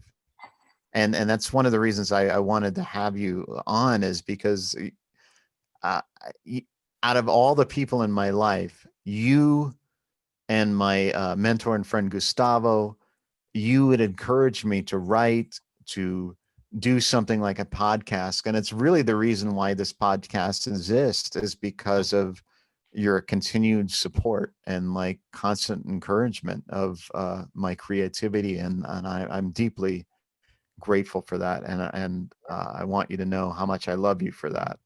I love you too, dude. Like I said, I mean, you're a really funny guy, talented guy, great writer, great actor. I mean, it's kind of a no-brainer, Thank you, man. Thank you. I appreciate it. So let's talk about how Joshua Tree came about. Okay, can I take like a 2-minute break? Yeah. I'll hit the bathroom. I'll be right back. That's fine. But I'll talk about, what happened in terms of so people can have some context. Are you gone now? Okay, you're gone. All right. So anyway, so what happened is after I left Digital Playground in 2008, I went through a severe change in my eyesight, and I realized that I needed to stop driving, and I didn't know what to do because the Great Recession happened, and I quit working for Digital Playground because I wanted to do something different, and I was practicing Buddhism at the time. So I was really focused on becoming a more loving and compassionate and kind human being. So I did not want to go back in the adult industry. I had offers to write Pirates 3. I didn't do it. Offers to work for other adult companies, and I just didn't do it. I didn't want to spend my life doing that. I wanted to work to create peace, and so I didn't know what the fuck I was going to do, and so I was not sure what I was going to do with my life, and I was thinking of going into peace building, conflict transformation, and so I did that. I worked on a master's degree in that and went to Vermont. And during that time, Patrick was always there. He was always saying, you got to write, you got to, you know, do a podcast, you have to do something. And I kept saying, no, I can't do it. And Then I ended up living in Mexico for a while. At the same time, Patrick was always there saying, you gotta write about this shit. You gotta write about this experience, what you're going through. And I kept saying, no, I can't fucking do it. And are you there, man? Yeah, I'm back. So, yeah, and I think, I was just describing how I would say no to everything. Yeah. And that was the thing. My mantra was no. Yeah. And I have a lot of regret around that, because I lived a long time just saying no to everything. And I think about it when you were explaining your life, or your early life, especially, I'm like, I didn't really fucking live, man. I really was, I think part of it was, even though the degeneration was slow and steady, I think I was always had a sense of, self-preservation, of like, don't get into a circumstance where you can't fucking see, and you're going to get get hurt or something. And I think I always had that self-preservation. If I was in your situation, I would be using the blind card all the time, dude. I mean, you see some hot girl, you bump into her breast. I mean, you got to use that, dude. I mean, I know you're married now and everything, so you're not going to do it, but you could use that it's like a get out of jail free card, And get arrested for sexual assault. Give me a break, I'm blind. You know what? I'm blind. I couldn't read the numbers. Sorry, IRS. You know what I do is, do you remember Phil Hartman's caveman character? He's like, I'm just a caveman. I don't know about these strange things. That's what I do now, is I'm a blind man. I don't know about every time my wife asks me to do something, and I'm like, I don't know about these things that you're asking me to do. Dude, I'm just a poor blind man. Let's admit now that we're in COVID, I mean, you got to take advantage of COVID, people. Like, when the credit card company calls me up and they're like, hey, Patrick, you haven't made a payment in 2 months. And I say, listen, Citibank, we're in the middle of a pandemic. I lost my job. I don't have any money to eat. You want me to pay a credit card and we're going through a pandemic? I mean, we're going through COVID. And they're like, well, sir, when do you think? I'm like, I can pay you when COVID's over. You call me up in 2 years when COVID's over. I mean, you can use the COVID excuse for a lot, dude. You would be amazed at the shit that I've gotten out of with COVID. Are you serious? Are you talking about credit cards? Seriously? No way. They don't give a shit. Are you kidding me? The credit card companies are it's not affecting your credit? Well, I wouldn't say that, but I'm just like, fuck it, man. I don't have the money. I got to pay this first. So if you're in a predicament, but I actually did do with one of my mortgages, they did something where I didn't pay for 6 months. And then at the end of that 6 months, they refinanced my loan, and I actually got a lower mortgage rate. So I ended up paying less money every month, and then they put those 6 months at the end of my loan. So because when the COVID first hit, they shut down the Airbnbs, and I was freaking out, like, what the fuck? So you start having some creditors call you. It's like, COVID, what do you want to do? COVID. So anyway, do you yell like that when you talk to them on the phone? Yeah, and then I put the phone down and play Slayer, like, go, go, go. My wife was in a Slayer video. God bless her, man. I like her already. I can't remember which one. But yeah, I'll have to send it to you. But yeah, she was in a Slayer video. You have to tell her that I've seen Slayer more than any other band. I mean, I've seen them 35 times. Wow, that's a lot. Oh yeah, I love them. Super fan. So where are we at now? So we're at you're just out of rehab, and I think this is where you were still working at Playboy. But I remember this period because I remember you were working at Playboy, and you're really trying to you're like, I need to buy a house. Yeah. So I get out of rehab. I start going to meetings, and the first thing I realize is I cannot do porn anymore. I mean, I'm sober now. So the only way I was getting through editing at Playboy was taking copious amounts of drugs. I was taking a lot of fucking drugs, dude, a lot. And all of a sudden the drugs are gone and that porn's still there. And I knew, Max, I was like, there's no fucking way I'm going to be able to do this. So at that point, I started creating my escape plan. And the plan was, I have to find a way to, create something where I'm working for myself. And I just could not do porn anymore. So 2013, actually right before I got sober, I ended up buying a house in Joshua Tree. I bought it. Before you continue, can you just kind of either just get a little closer to the mic or tilt to, yeah. Sorry, man. So that's all right.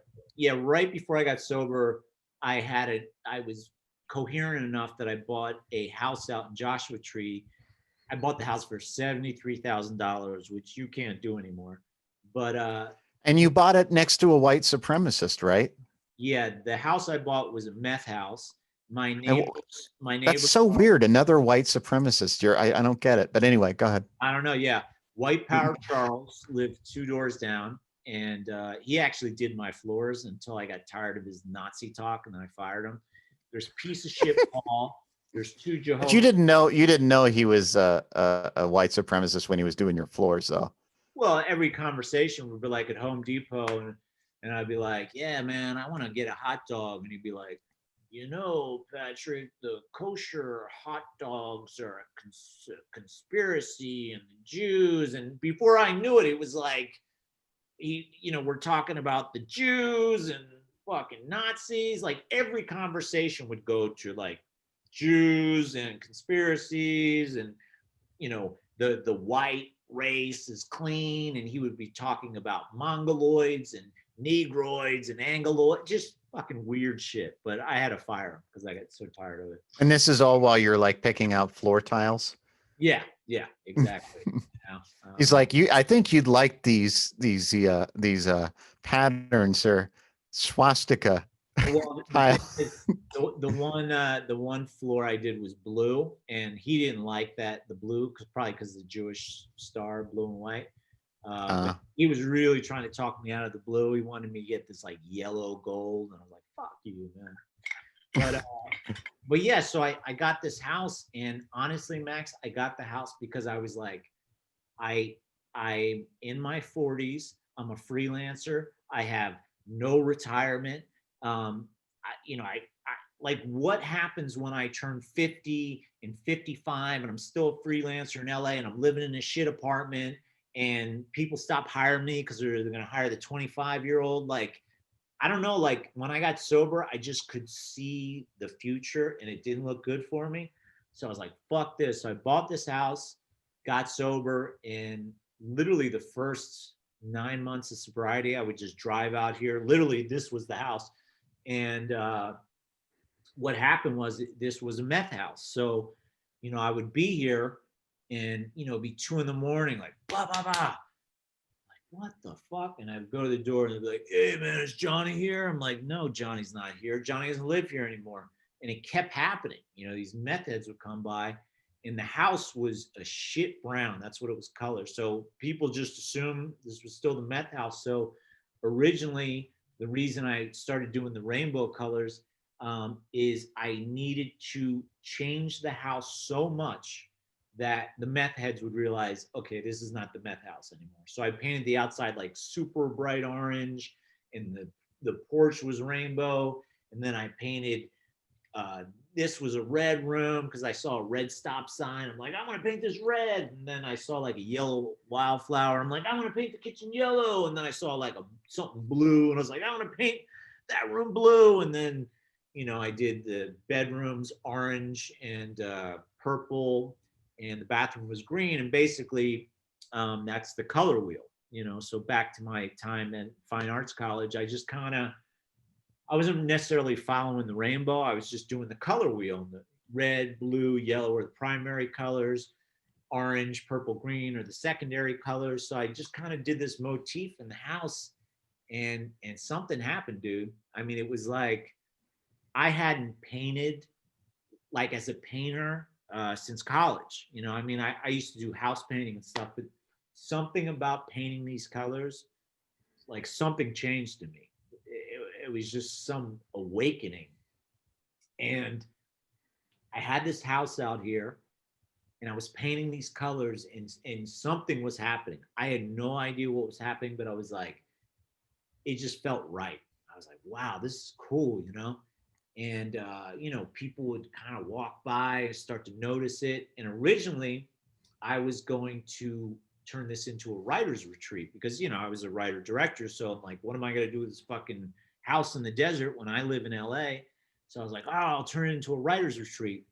And unfortunately, most writers don't have the money to rent a retreat. So that idea didn't work. So I guess it was 2014. So I had this, you know, rainbow colored house, and I called it Rancho El Reposo. And I started going to Olivera Street because I didn't have much money to decorate it. So I would go down to Olivera Street and I would buy these Mexican blankets. You know, I would buy, I don't know if you could see over here on this fireplace, I have all these like Day of the Dead skulls. So, you know, I'd go to Olivera Street, buy these Day of the Dead skulls for $10. I mean, I love Mexican art. I'm wildly influenced by Mexican art. And, you know, I would buy these little guitars, the little toy guitars, and then I would just obsess. I would grab these little guitars and I would, you know, start dripping red paint on them and then purple. And so I started doing kind of this rainbow thing, you know, this rainbow dripping thing. And, you know, I'm trying to keep sober and trying to stay sane, but something about painting colors, I became obsessed with it. So I was painting all these rainbow guitars and I decorated the house. So I put the house on Airbnb and it just took off. Like people were freaking out, like, oh, this is so cool. So all of a sudden this house was renting and I started making money. And I was like, wow, there's, you know, something's going on here. But I'm still living in LA in a shit apartment. So for 2 years, I used to drive out like 3 times a week. You know, I would drive out, clean the house, get it ready for guests. Guests would come. I'd go back to LA. That was very difficult. But what happened is this Airbnb became really popular. So like 2014, 2015. And I'm like, it wasn't enough money to, you know, cover all my bills, but it was a decent amount of money. And I was like, all right, how do I pursue this painting thing, this art thing? And then at that time, I started painting again, you know, and I hadn't painted in since, you know, college. So I could actually show you this. So I had this Beatles poster that I bought at Hobby Lobby, and it had the Beatles on it. So I was like, you know what, I'm going to drip paint on top of the painting or the poster. So I actually started dripping paint. This is the first painting I ever did, which became my dripping style. So I did this kind of dripping paint and splattering paint, and, you know, people really dug it. And then I was like, oh, wow, I'm going to start making paintings. So from 2015 to 2016, I was obsessed. I'm painting guitars. I was driving to Venice Beach, selling rainbow guitars at Venice Beach. The Airbnb's doing pretty good. But I can't do film anymore. Like, I'm so burnt out. I can't do porn. I can't do film. So I realized I'm going to have to recreate my life, because my life's been making films for 20 years, you know, editing, whatever. And I couldn't do it anymore. I was like, I can't edit. I can't do porn. I don't want to deal with any of it. So I figured out a plan. I was like, if I can buy another house out here and do the same thing with that house to this house, then I could live out here and have an Airbnb out here. But it still was like, I don't know if I'll make enough money. But anyway, I was just like, fuck it. So in 2015, I'm looking for houses, and prices started going up out here, but not like they are now. So I found this house. It was a house where they had a murder suicide, and there was a big Kwanzaa hut out back, and it was like a grow house. Jesus, I did not. You did. I don't remember you telling me that. Yeah. That's why it was so cheap. So, Oh. Okay. it has. So where did it happen? I stayed in that house. Yeah. I Well, don't remember why didn't you tell me that? because I found out about that after you were at the house. I didn't find out years later. But don't they have to tell you that when the realtor has that they're like legally required to say that somebody within 3 years. It had been over 3 years. They didn't have to tell me. Really? So that's the reason the house was so cheap. Which room did it happen in? I don't know. I mean, this is how I found out. So I get this house, and I fix it up, turn it into an Airbnb, and I'm not getting any mail. And I'm like, what the fuck? So I go to the post office. I'm like, you guys don't deliver my mail. And they're like, oh, we'll talk to the postman. So they talk to the postman. And out here, they got like sketchy postmen that like drive their own cars. It's really weird out here. So they talk to the postman, and he's like, yeah, your house is haunted. So he would not deliver my mail because he believed my house was haunted. I was like, what the fuck? Really? I swear to God. He's like, I'm like, haunted. And then I'm talking to my neighbor, and he said the same thing. He's like, your house is haunted. People would hear stuff. I'm like, you're crazy. That is, I mean, I'm not one of those people that have had experience like seeing ghosts or anything like that. Yeah. And I did not feel anything there when I stayed there. So that's interesting. I'll explain.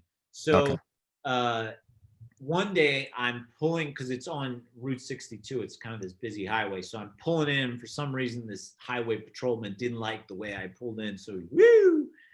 And I'm like, oh, he's like, what are you doing? I'm like, this is my house. He's like, you just buy that house? I was like, yeah. He's like, you know what happened in that house? I'm like, no. And all of a sudden he's like, oh yeah. So he tells me this story that this man and woman lived there, and it was a guy and his girlfriend, and the guy like held the girl hostage, and then he fucking killed the girl, and there were police outside, so there was like a police standoff, and they were like shooting at the guy, and I mean, it was crazy. I mean, did you ever see any bullet holes in the house? No. So, so I move in there, and I'm like, dear God. So what I found out is, because it's a manufactured home, there's ground squirrels that like to dig under the house. And what happens is they get under the house and they get into the heating vents. So what these idiots were hearing, and they thought the house was haunted, is they were hearing the ground squirrels like in the vents going beep, beep, beep, beep, beep, beep, like. Oh, okay. So these idiots thought the house was haunted. It wasn't haunted. I see. Okay. So anyway, I turned that into Rancho de Colores. I basically painted the outside red and purple, and the roof has like red and purple stripes. So I totally changed the mojo. I mean, it's like rainbow paradise. So I finished that house 2016, but then I was like, well, where the fuck am I gonna live if I want to rent both the houses on Airbnb? So I bought a little RV, and I stuck the RV on the back of the property. So then I was like, okay, now I can move out here. So I moved from LA 2016. I lived in the RV with my cats for a year and a half, which I don't recommend to anybody. I remember. But what happened, which was cool, is, Rancho El Reposo was doing good. And then Rancho de Colores, the other Airbnb, that started getting really popular. So then with both Airbnbs, I was making a living. Like, I was paying my bills, and suddenly I was self-sufficient. I was like, wow, like I don't have to work for anybody. I'm my own boss. I'm like the rainbow Airbnb guy. And, so I was doing that, and then I became really obsessed with painting. So, at first I was kind of doing this Jackson Pollock style. I was, doing a lot of action painting and throwing paint, but I wasn't getting the effect that I wanted. I couldn't get the control. So one day I wanted to paint this linoleum floor with this mosaic, and I was like, how do I get the paint to kind of do what I want? And the way I paint is I lay a canvas on the ground and I kind of throw the paint on it the way Jackson Pollock would do, but then I would kind of manipulate it, but it didn't give me the control I wanted. So one day I was like, ketchup bottles. So I got these squeegee, the squeeze ketchup bottles. So in my paintings, I use the same 6 colors as my house, the red, basically the colors of the rainbow. So I would put the paint, each color, into a different bottle. So all of a sudden I had this control. So, I got my canvas here and I would squeeze, like say green, and I would, create a green glob and then create a blue glob. And then I would use sharp objects like nails, anything that was sharp, and I would start to manipulate the paint. And I use bare house paint, so it's really thick in its consistency. So, I'm creating this mosaic, and I basically created my style, which I call dripping. And as far as I know, there's no one doing what I do. Again, basically lay the canvas flat. I got my 6 colors and squeegee bottles. I will get an image, I do portraits basically. So if I wanted to do your portrait, I would get a picture of you. I would take it into Photoshop. I would play with it. So I would break up the areas of light and dark. And then I take that image and I have a little digital projector and I project that image onto the canvas. And then what I do is I will just do outline of your face, because I'm not the type of artist that I could just look at your face and freelance sketch it. I've tried to do that and I can't get the dimensions right. So I basically do this sketch onto the canvas. And once I have the sketch, I put it down flat, and then I start doing the dripping technique, where I'm literally dripping paint onto the canvas, manipulating it. And I will do like a little section at a time, because I'll do a section, I let it dry, because my paintings have a lot of layers to them, a lot of layers and dimension. And, you can see my stuff on my website, but you really have to see my work in person, because there's a lot going on. There's lots of layers, and it's pretty psychedelic stuff. It's I call it psychedelic expressionism. So, basically I use 6 colors. I paint it on a black canvas, and it has this really amazing effect, especially the colors on the black canvas. And it's amazing. It's like changed my life. It saved my life. So now all I do is paint. I've done commissions. I've painted stuff for the Joshua Tree Music Festival. A couple years ago, I had my first. Well, actually, I had a show in Hollywood in 2016. That was my first show. But then I moved out here and I did a series called Desert Dudes, which basically I did 23 portraits of desert rock musicians, because I'm a huge fan of desert rock. So I did, Josh Homme, Queens of the Stone Age, Chris Goss, Masters of Reality, Jesse Hughes, Eagles Death Metal, Brant Bjork, Caius. And it took me a year and a half. So I did all these portraits and I called it Desert Dudes. And there's this big new gallery out here, which of course is not open now because of COVID, but in 2019 it was open. It's called the Yucca Valley, Yucca Valley Yucca Valley Visual and Performing Arts Center. And it's this amazing building. Like, they spent millions of dollars on it. So the guy who curates, Michael McCall, he came over to my studio and he was like blown away. He was like, wow, this is crazy. This is great stuff. And so I had the show in October of 2019. Because of my background in independent filmmaking, I did all the press. So I generated all this press. And what happened is, a guy, Brian Blue Sky, God bless him, I had sent him a press release, and he got in touch with me, and he was the music arts writer for the Desert Sun, which is a big paper out here. And he's like, I want to do a story about your show. And I was like, oh, great. So he ends up coming to Rancho de Colores to interview me. And he's like, whoa, like, what is this? I'm like, well, this is my house, you know? And he was like, wow, this is crazy. And I was like, all right, well, let me take you over to Rancho de Colores. And he's checking that out. He's like, wow, this is crazy. I'm like, yeah, it's like livable art. And then the trailer that I used to live in, I actually turned that into an Airbnb. It's called the Color Trip trailer. So he was like tripping out just from the Airbnbs. He was like, wow, this is crazy. And then he's like, wow, you know, you're doing, you know, this desert rock stuff. And you know, he was just like really impressed. So he did this huge article, and, you know, I end up being on the cover of like the Desert Sun, the weekly out here. I mean, I was not expecting that at all. So all of a sudden I had this like giant coming out party. So huge show. It played for 6 weeks.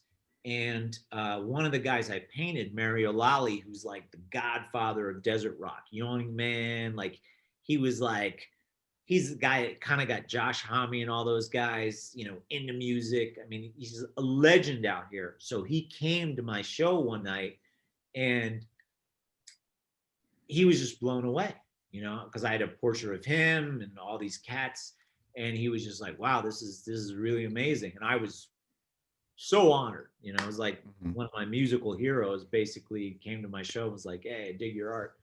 So he ends up talking to all these other guys that I painted. So he calls me up and he's like, hey, what are you doing for your closing party? I'm like, I don't know. He's like, well, how about I bring a bunch of the desert dudes that you painted and we'll just jam at your closing party. I'm like, what? So he ends up bringing Dave Ketching, who owns Rancho de la Luna, Eagles of Death Metal, Queens of the Stone Age, Gene Troutman, who was Queens of the Stone Age, Eagles of Death Metal, Sean Wheeler, Gary Arce, Jessica Von Rabbit. So basically it's like 8 legendary musicians who I idolize, who I painted, came to my closing party and just jammed. How did you feel when you were listening and watching them?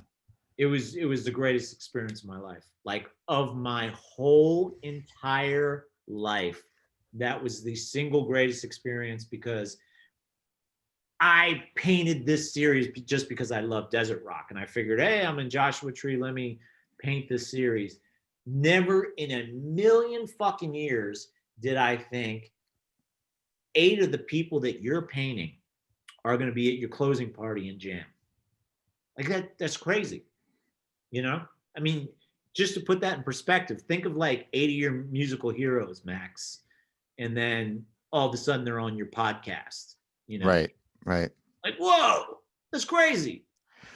Now, I think the process is really interesting because it was so organic, because I remember how you started with these houses. That you started out painting one room. Yeah. And then you're like, I like this color, you know, and you just started it, and then it grew and grew, and it wasn't like you had a preconceived notion or anything like, well, I'm going to do this art and these things are going to happen. It just happened because it came out of you, right? Well, the crazy thing is, all of my art is like Patrick in sobriety.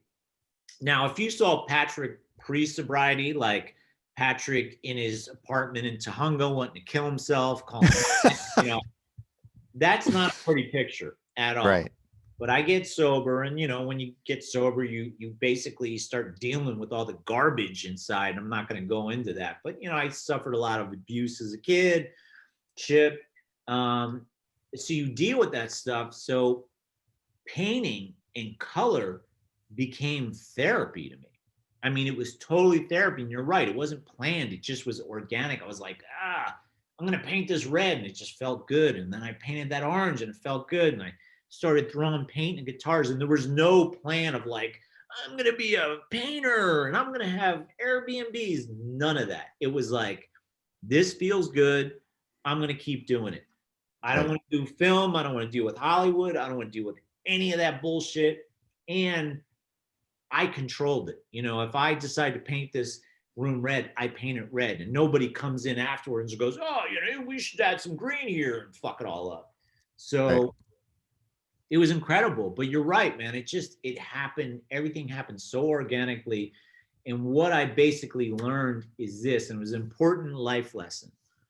I think that in life, when you're following a pursuit, whether it be a woman or a career or whatever, and if you're, I mean, everything takes hard work, right?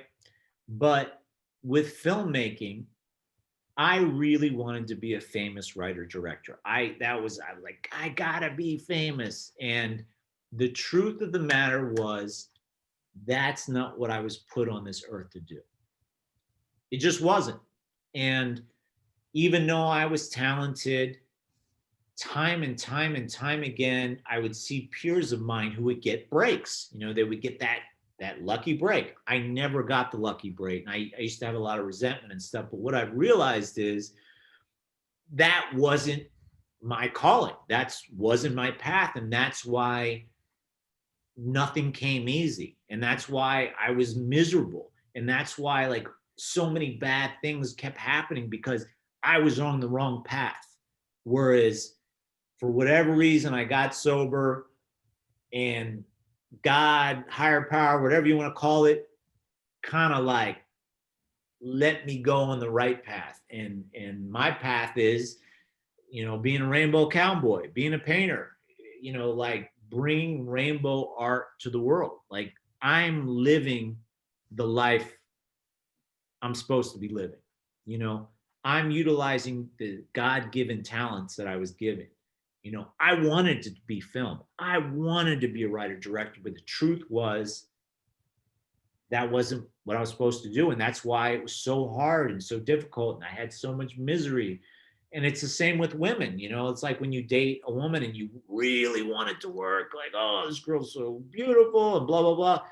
And it's painful and it doesn't work. And you start to realize that the reason it doesn't work is because you're not meant to be with that person. You're forcing it. You're trying to force it into existence. Like, you gotta be with this person. But the truth is, when you're with the person you're supposed to be with, it should be easy. You know, this whole painting empire, it wasn't, I mean, I put a lot of hard work into it, but it was almost seamless. It's like, it just kind of evolved. Whereas with filmmaking, it was just like, you know, sledgehammer into rocks. It was just so painful. So the lesson I've learned in life is when I want something really bad and it's really fucking difficult and it doesn't seem like it's supposed to happen, I realize like, you know, this is not the path, you know? So when you're on the right path, it's almost easy, you know?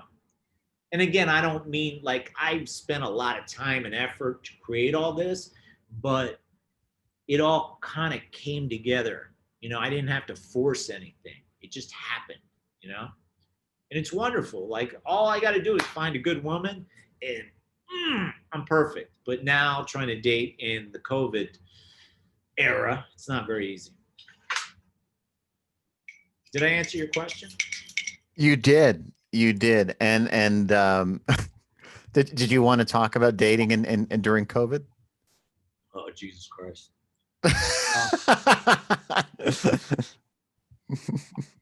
Well, you know, I can talk about dating in 2021. Okay, go ahead. When's the last time you like dated? Just to give me an idea, like when the last time you really dated. I mean, dated, like was pursuing it. I would say it would probably, I mean, dating was back in the early 2000s. I mean, I wouldn't really date anybody. I mean, things happened in between there, but I wasn't like actively looking from basically from like 2004 until I met my wife. So 2004 to 2018. You have no idea what a horror show it is now. Let me just give you an example, okay? Okay. So, and it's worse now because of COVID, but right. If you go on to OkCupid, now that's, a lot of people go on OkCupid, and I am not exaggerating with this. 60% of the women, 60% are Kim Kardashian clones. I kid you not. I've never seen so many women look like Kim Kardashian. They just, the eyebrows, and these are young girls getting plastic surgery to look that way. Right. So again, 60% look like Kim Kardashian. So that's terrifying. Any woman that looks like Kim Kardashian, fuck that shit. Then, and I think this is a new thing, especially because of COVID and people are really hurting for money. There's like 20% of the women, they're looking for sugar daddy, and they say it. Looking for sugar daddy, and they put their Cash App. Their Cash App. Right. Yeah, I think that really is an indication of the economic inequality, and the fact that I think a lot of women, and I'm sure men as well, feel like there's no other option. That's why like seekingarrangements.com or whatever. Yeah. Those things are kind of flourishing because, those wealthy men usually take advantage of it, and and that's the thing. So if you're an average guy looking for, hey, I want to find a good girl during COVID to snuggle with, good luck, man. Good luck. So anyway, Right. I'll go back a little bit. So I had dated a bunch of people in Joshua Tree, and it's a small town, so you got to kind of watch it. So anyway, I probably shouldn't tell the story about my Brazilian. I can't edit it, so whatever you say. Yeah, I probably should. Let's just say I dated a woman in Brazil and it didn't work out. That's all. Right. Yeah. Yeah. But it was very dramatic. We can leave it at that. It was dramatic. Very dramatic. Met her on International Cupid, which I recommend if you've never gone on there. I didn't even know that existed. Oh yeah, a lot of good women from all over the world. But the problem is, in this time of COVID, that if you're going to date a woman in another country, you pretty much have to get married. Like, that's the deal. And that was part of the problem with this woman was you can't be like, oh, well, come to Brazil every 3 months. Like, now that COVID's going on, and we were dating before COVID happened. So as we're dating, COVID happened. And then the whole world changed. So it was like literally came down to, well, we're going to have to get married, and you move here with your child from Brazil. And we've talked to each other for months and months and months, but we've only met each other once in person. Like, it's crazy. Yeah. And it didn't work out. So, yeah. But at least I tried, Max. At least I tried. Yeah. Well, there's one other thing I want to add to your list of accomplishments is that you are a profoundly loving friend. And, I'm so happy that we reconnected because, we were, the last time I saw you was in 2017, and I had a little bit more eyesight then. And I was very fortunate to be able to see your artwork in your homes and experience that and your hospitality as well. And I had some trust issues at the time, and I freaked out, and I literally had basically a mental health crisis when I visited you, and you were very, I know I pissed you off a little bit, but you were very patient with me for the most part. I was being a little hard on you, though. I feel like I was probably being a little hard on you. No, I mean, I get it. The thing is essentially you really wanted me to wake up and to live and to create. It just and felt like I he wanted to just die, and I was like, "Come on, dude, you gotta live." yeah, I mean, it wasn't that I wanted to die. It was that I didn't know what to fucking do. And because everything up to the point, like everything I've done throughout my life since I learned that I had Usher syndrome and was going blind and deaf, is I would, instead of just doing what I loved, I would do something and then I'd stop because I thought I couldn't do it anymore the way I wanted to do it. So I moved on to something else and I kept doing that. And that's what I've done throughout my whole life. And when I reconnect, when I visited you, that was the realization is I had spent 3 years living in the mountains, waiting for something to happen that wasn't going to happen. Yeah. And the truth is I knew what I wanted to do. I wanted to create, I wanted to act, I wanted to do comedy. I wanted to, and I was fucking waiting for something to happen, waiting for some type of solution to present itself of how I was going to live my life. And that the answer was always fucking there. I just was not pursuing it. And so when I came down and visited you in 2017, that was a realization. I mean, I literally, during that time, I lost my dog and my cat, and I noticed a cataract in my left eye, and I was like, what the fuck am I doing with my life? I'm not living. And that's when I came down and not only going down there, and experiencing all that loss simultaneously, but like going down to Joshua Tree in LA and realizing how much eyesight I'd lost just by going there and visiting a place that I'd lived for so long, and not being able to see it anymore was fucking traumatizing. And so when I saw you, and I remember that was funny that we climbed that hill, and then, and I remember just how difficult it was to climb up. And then I felt like I was going to die coming down. You weren't too happy about that. Well, I was scared, I was like, I didn't want to fucking like, I mean, that the way that rock is like, it's so fucking sharp. I would never let you fall, man. No, but it was like, I was scared, and then we got stuck, and and that was weird. And then, and I just, the truck or the car got stuck. Yeah. and, but, my point is that, I had some trust issues. I remember there was a woman, a waitress that worked in a restaurant that we went to, and you kept saying that she was into me, and I didn't believe it. I was like, you have to be fucking with. She was checking you out, man. Well, I see, I was having some serious fucking trust issues where I was like, I don't trust anything. And I was just like, but I mean, partially that was about a betrayal of my body and feeling like I think I couldn't trust anything. And, I've been through some of my own shit in childhood. So I have some trust stuff, and sure.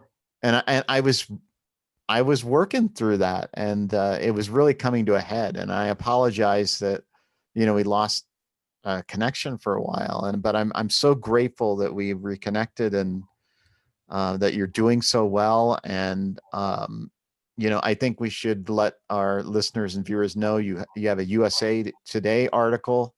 Yeah. And I'll include that in the show description so that, yeah. If you can include my website, that would be awesome. Yeah. www.patrickhasson.com. Right. And is there any, like, if anybody is interested in dating you or, purchasing your artwork, they can do that through patrickhasson.com. Yep. You can get a date or a piece of artwork. What was the last one?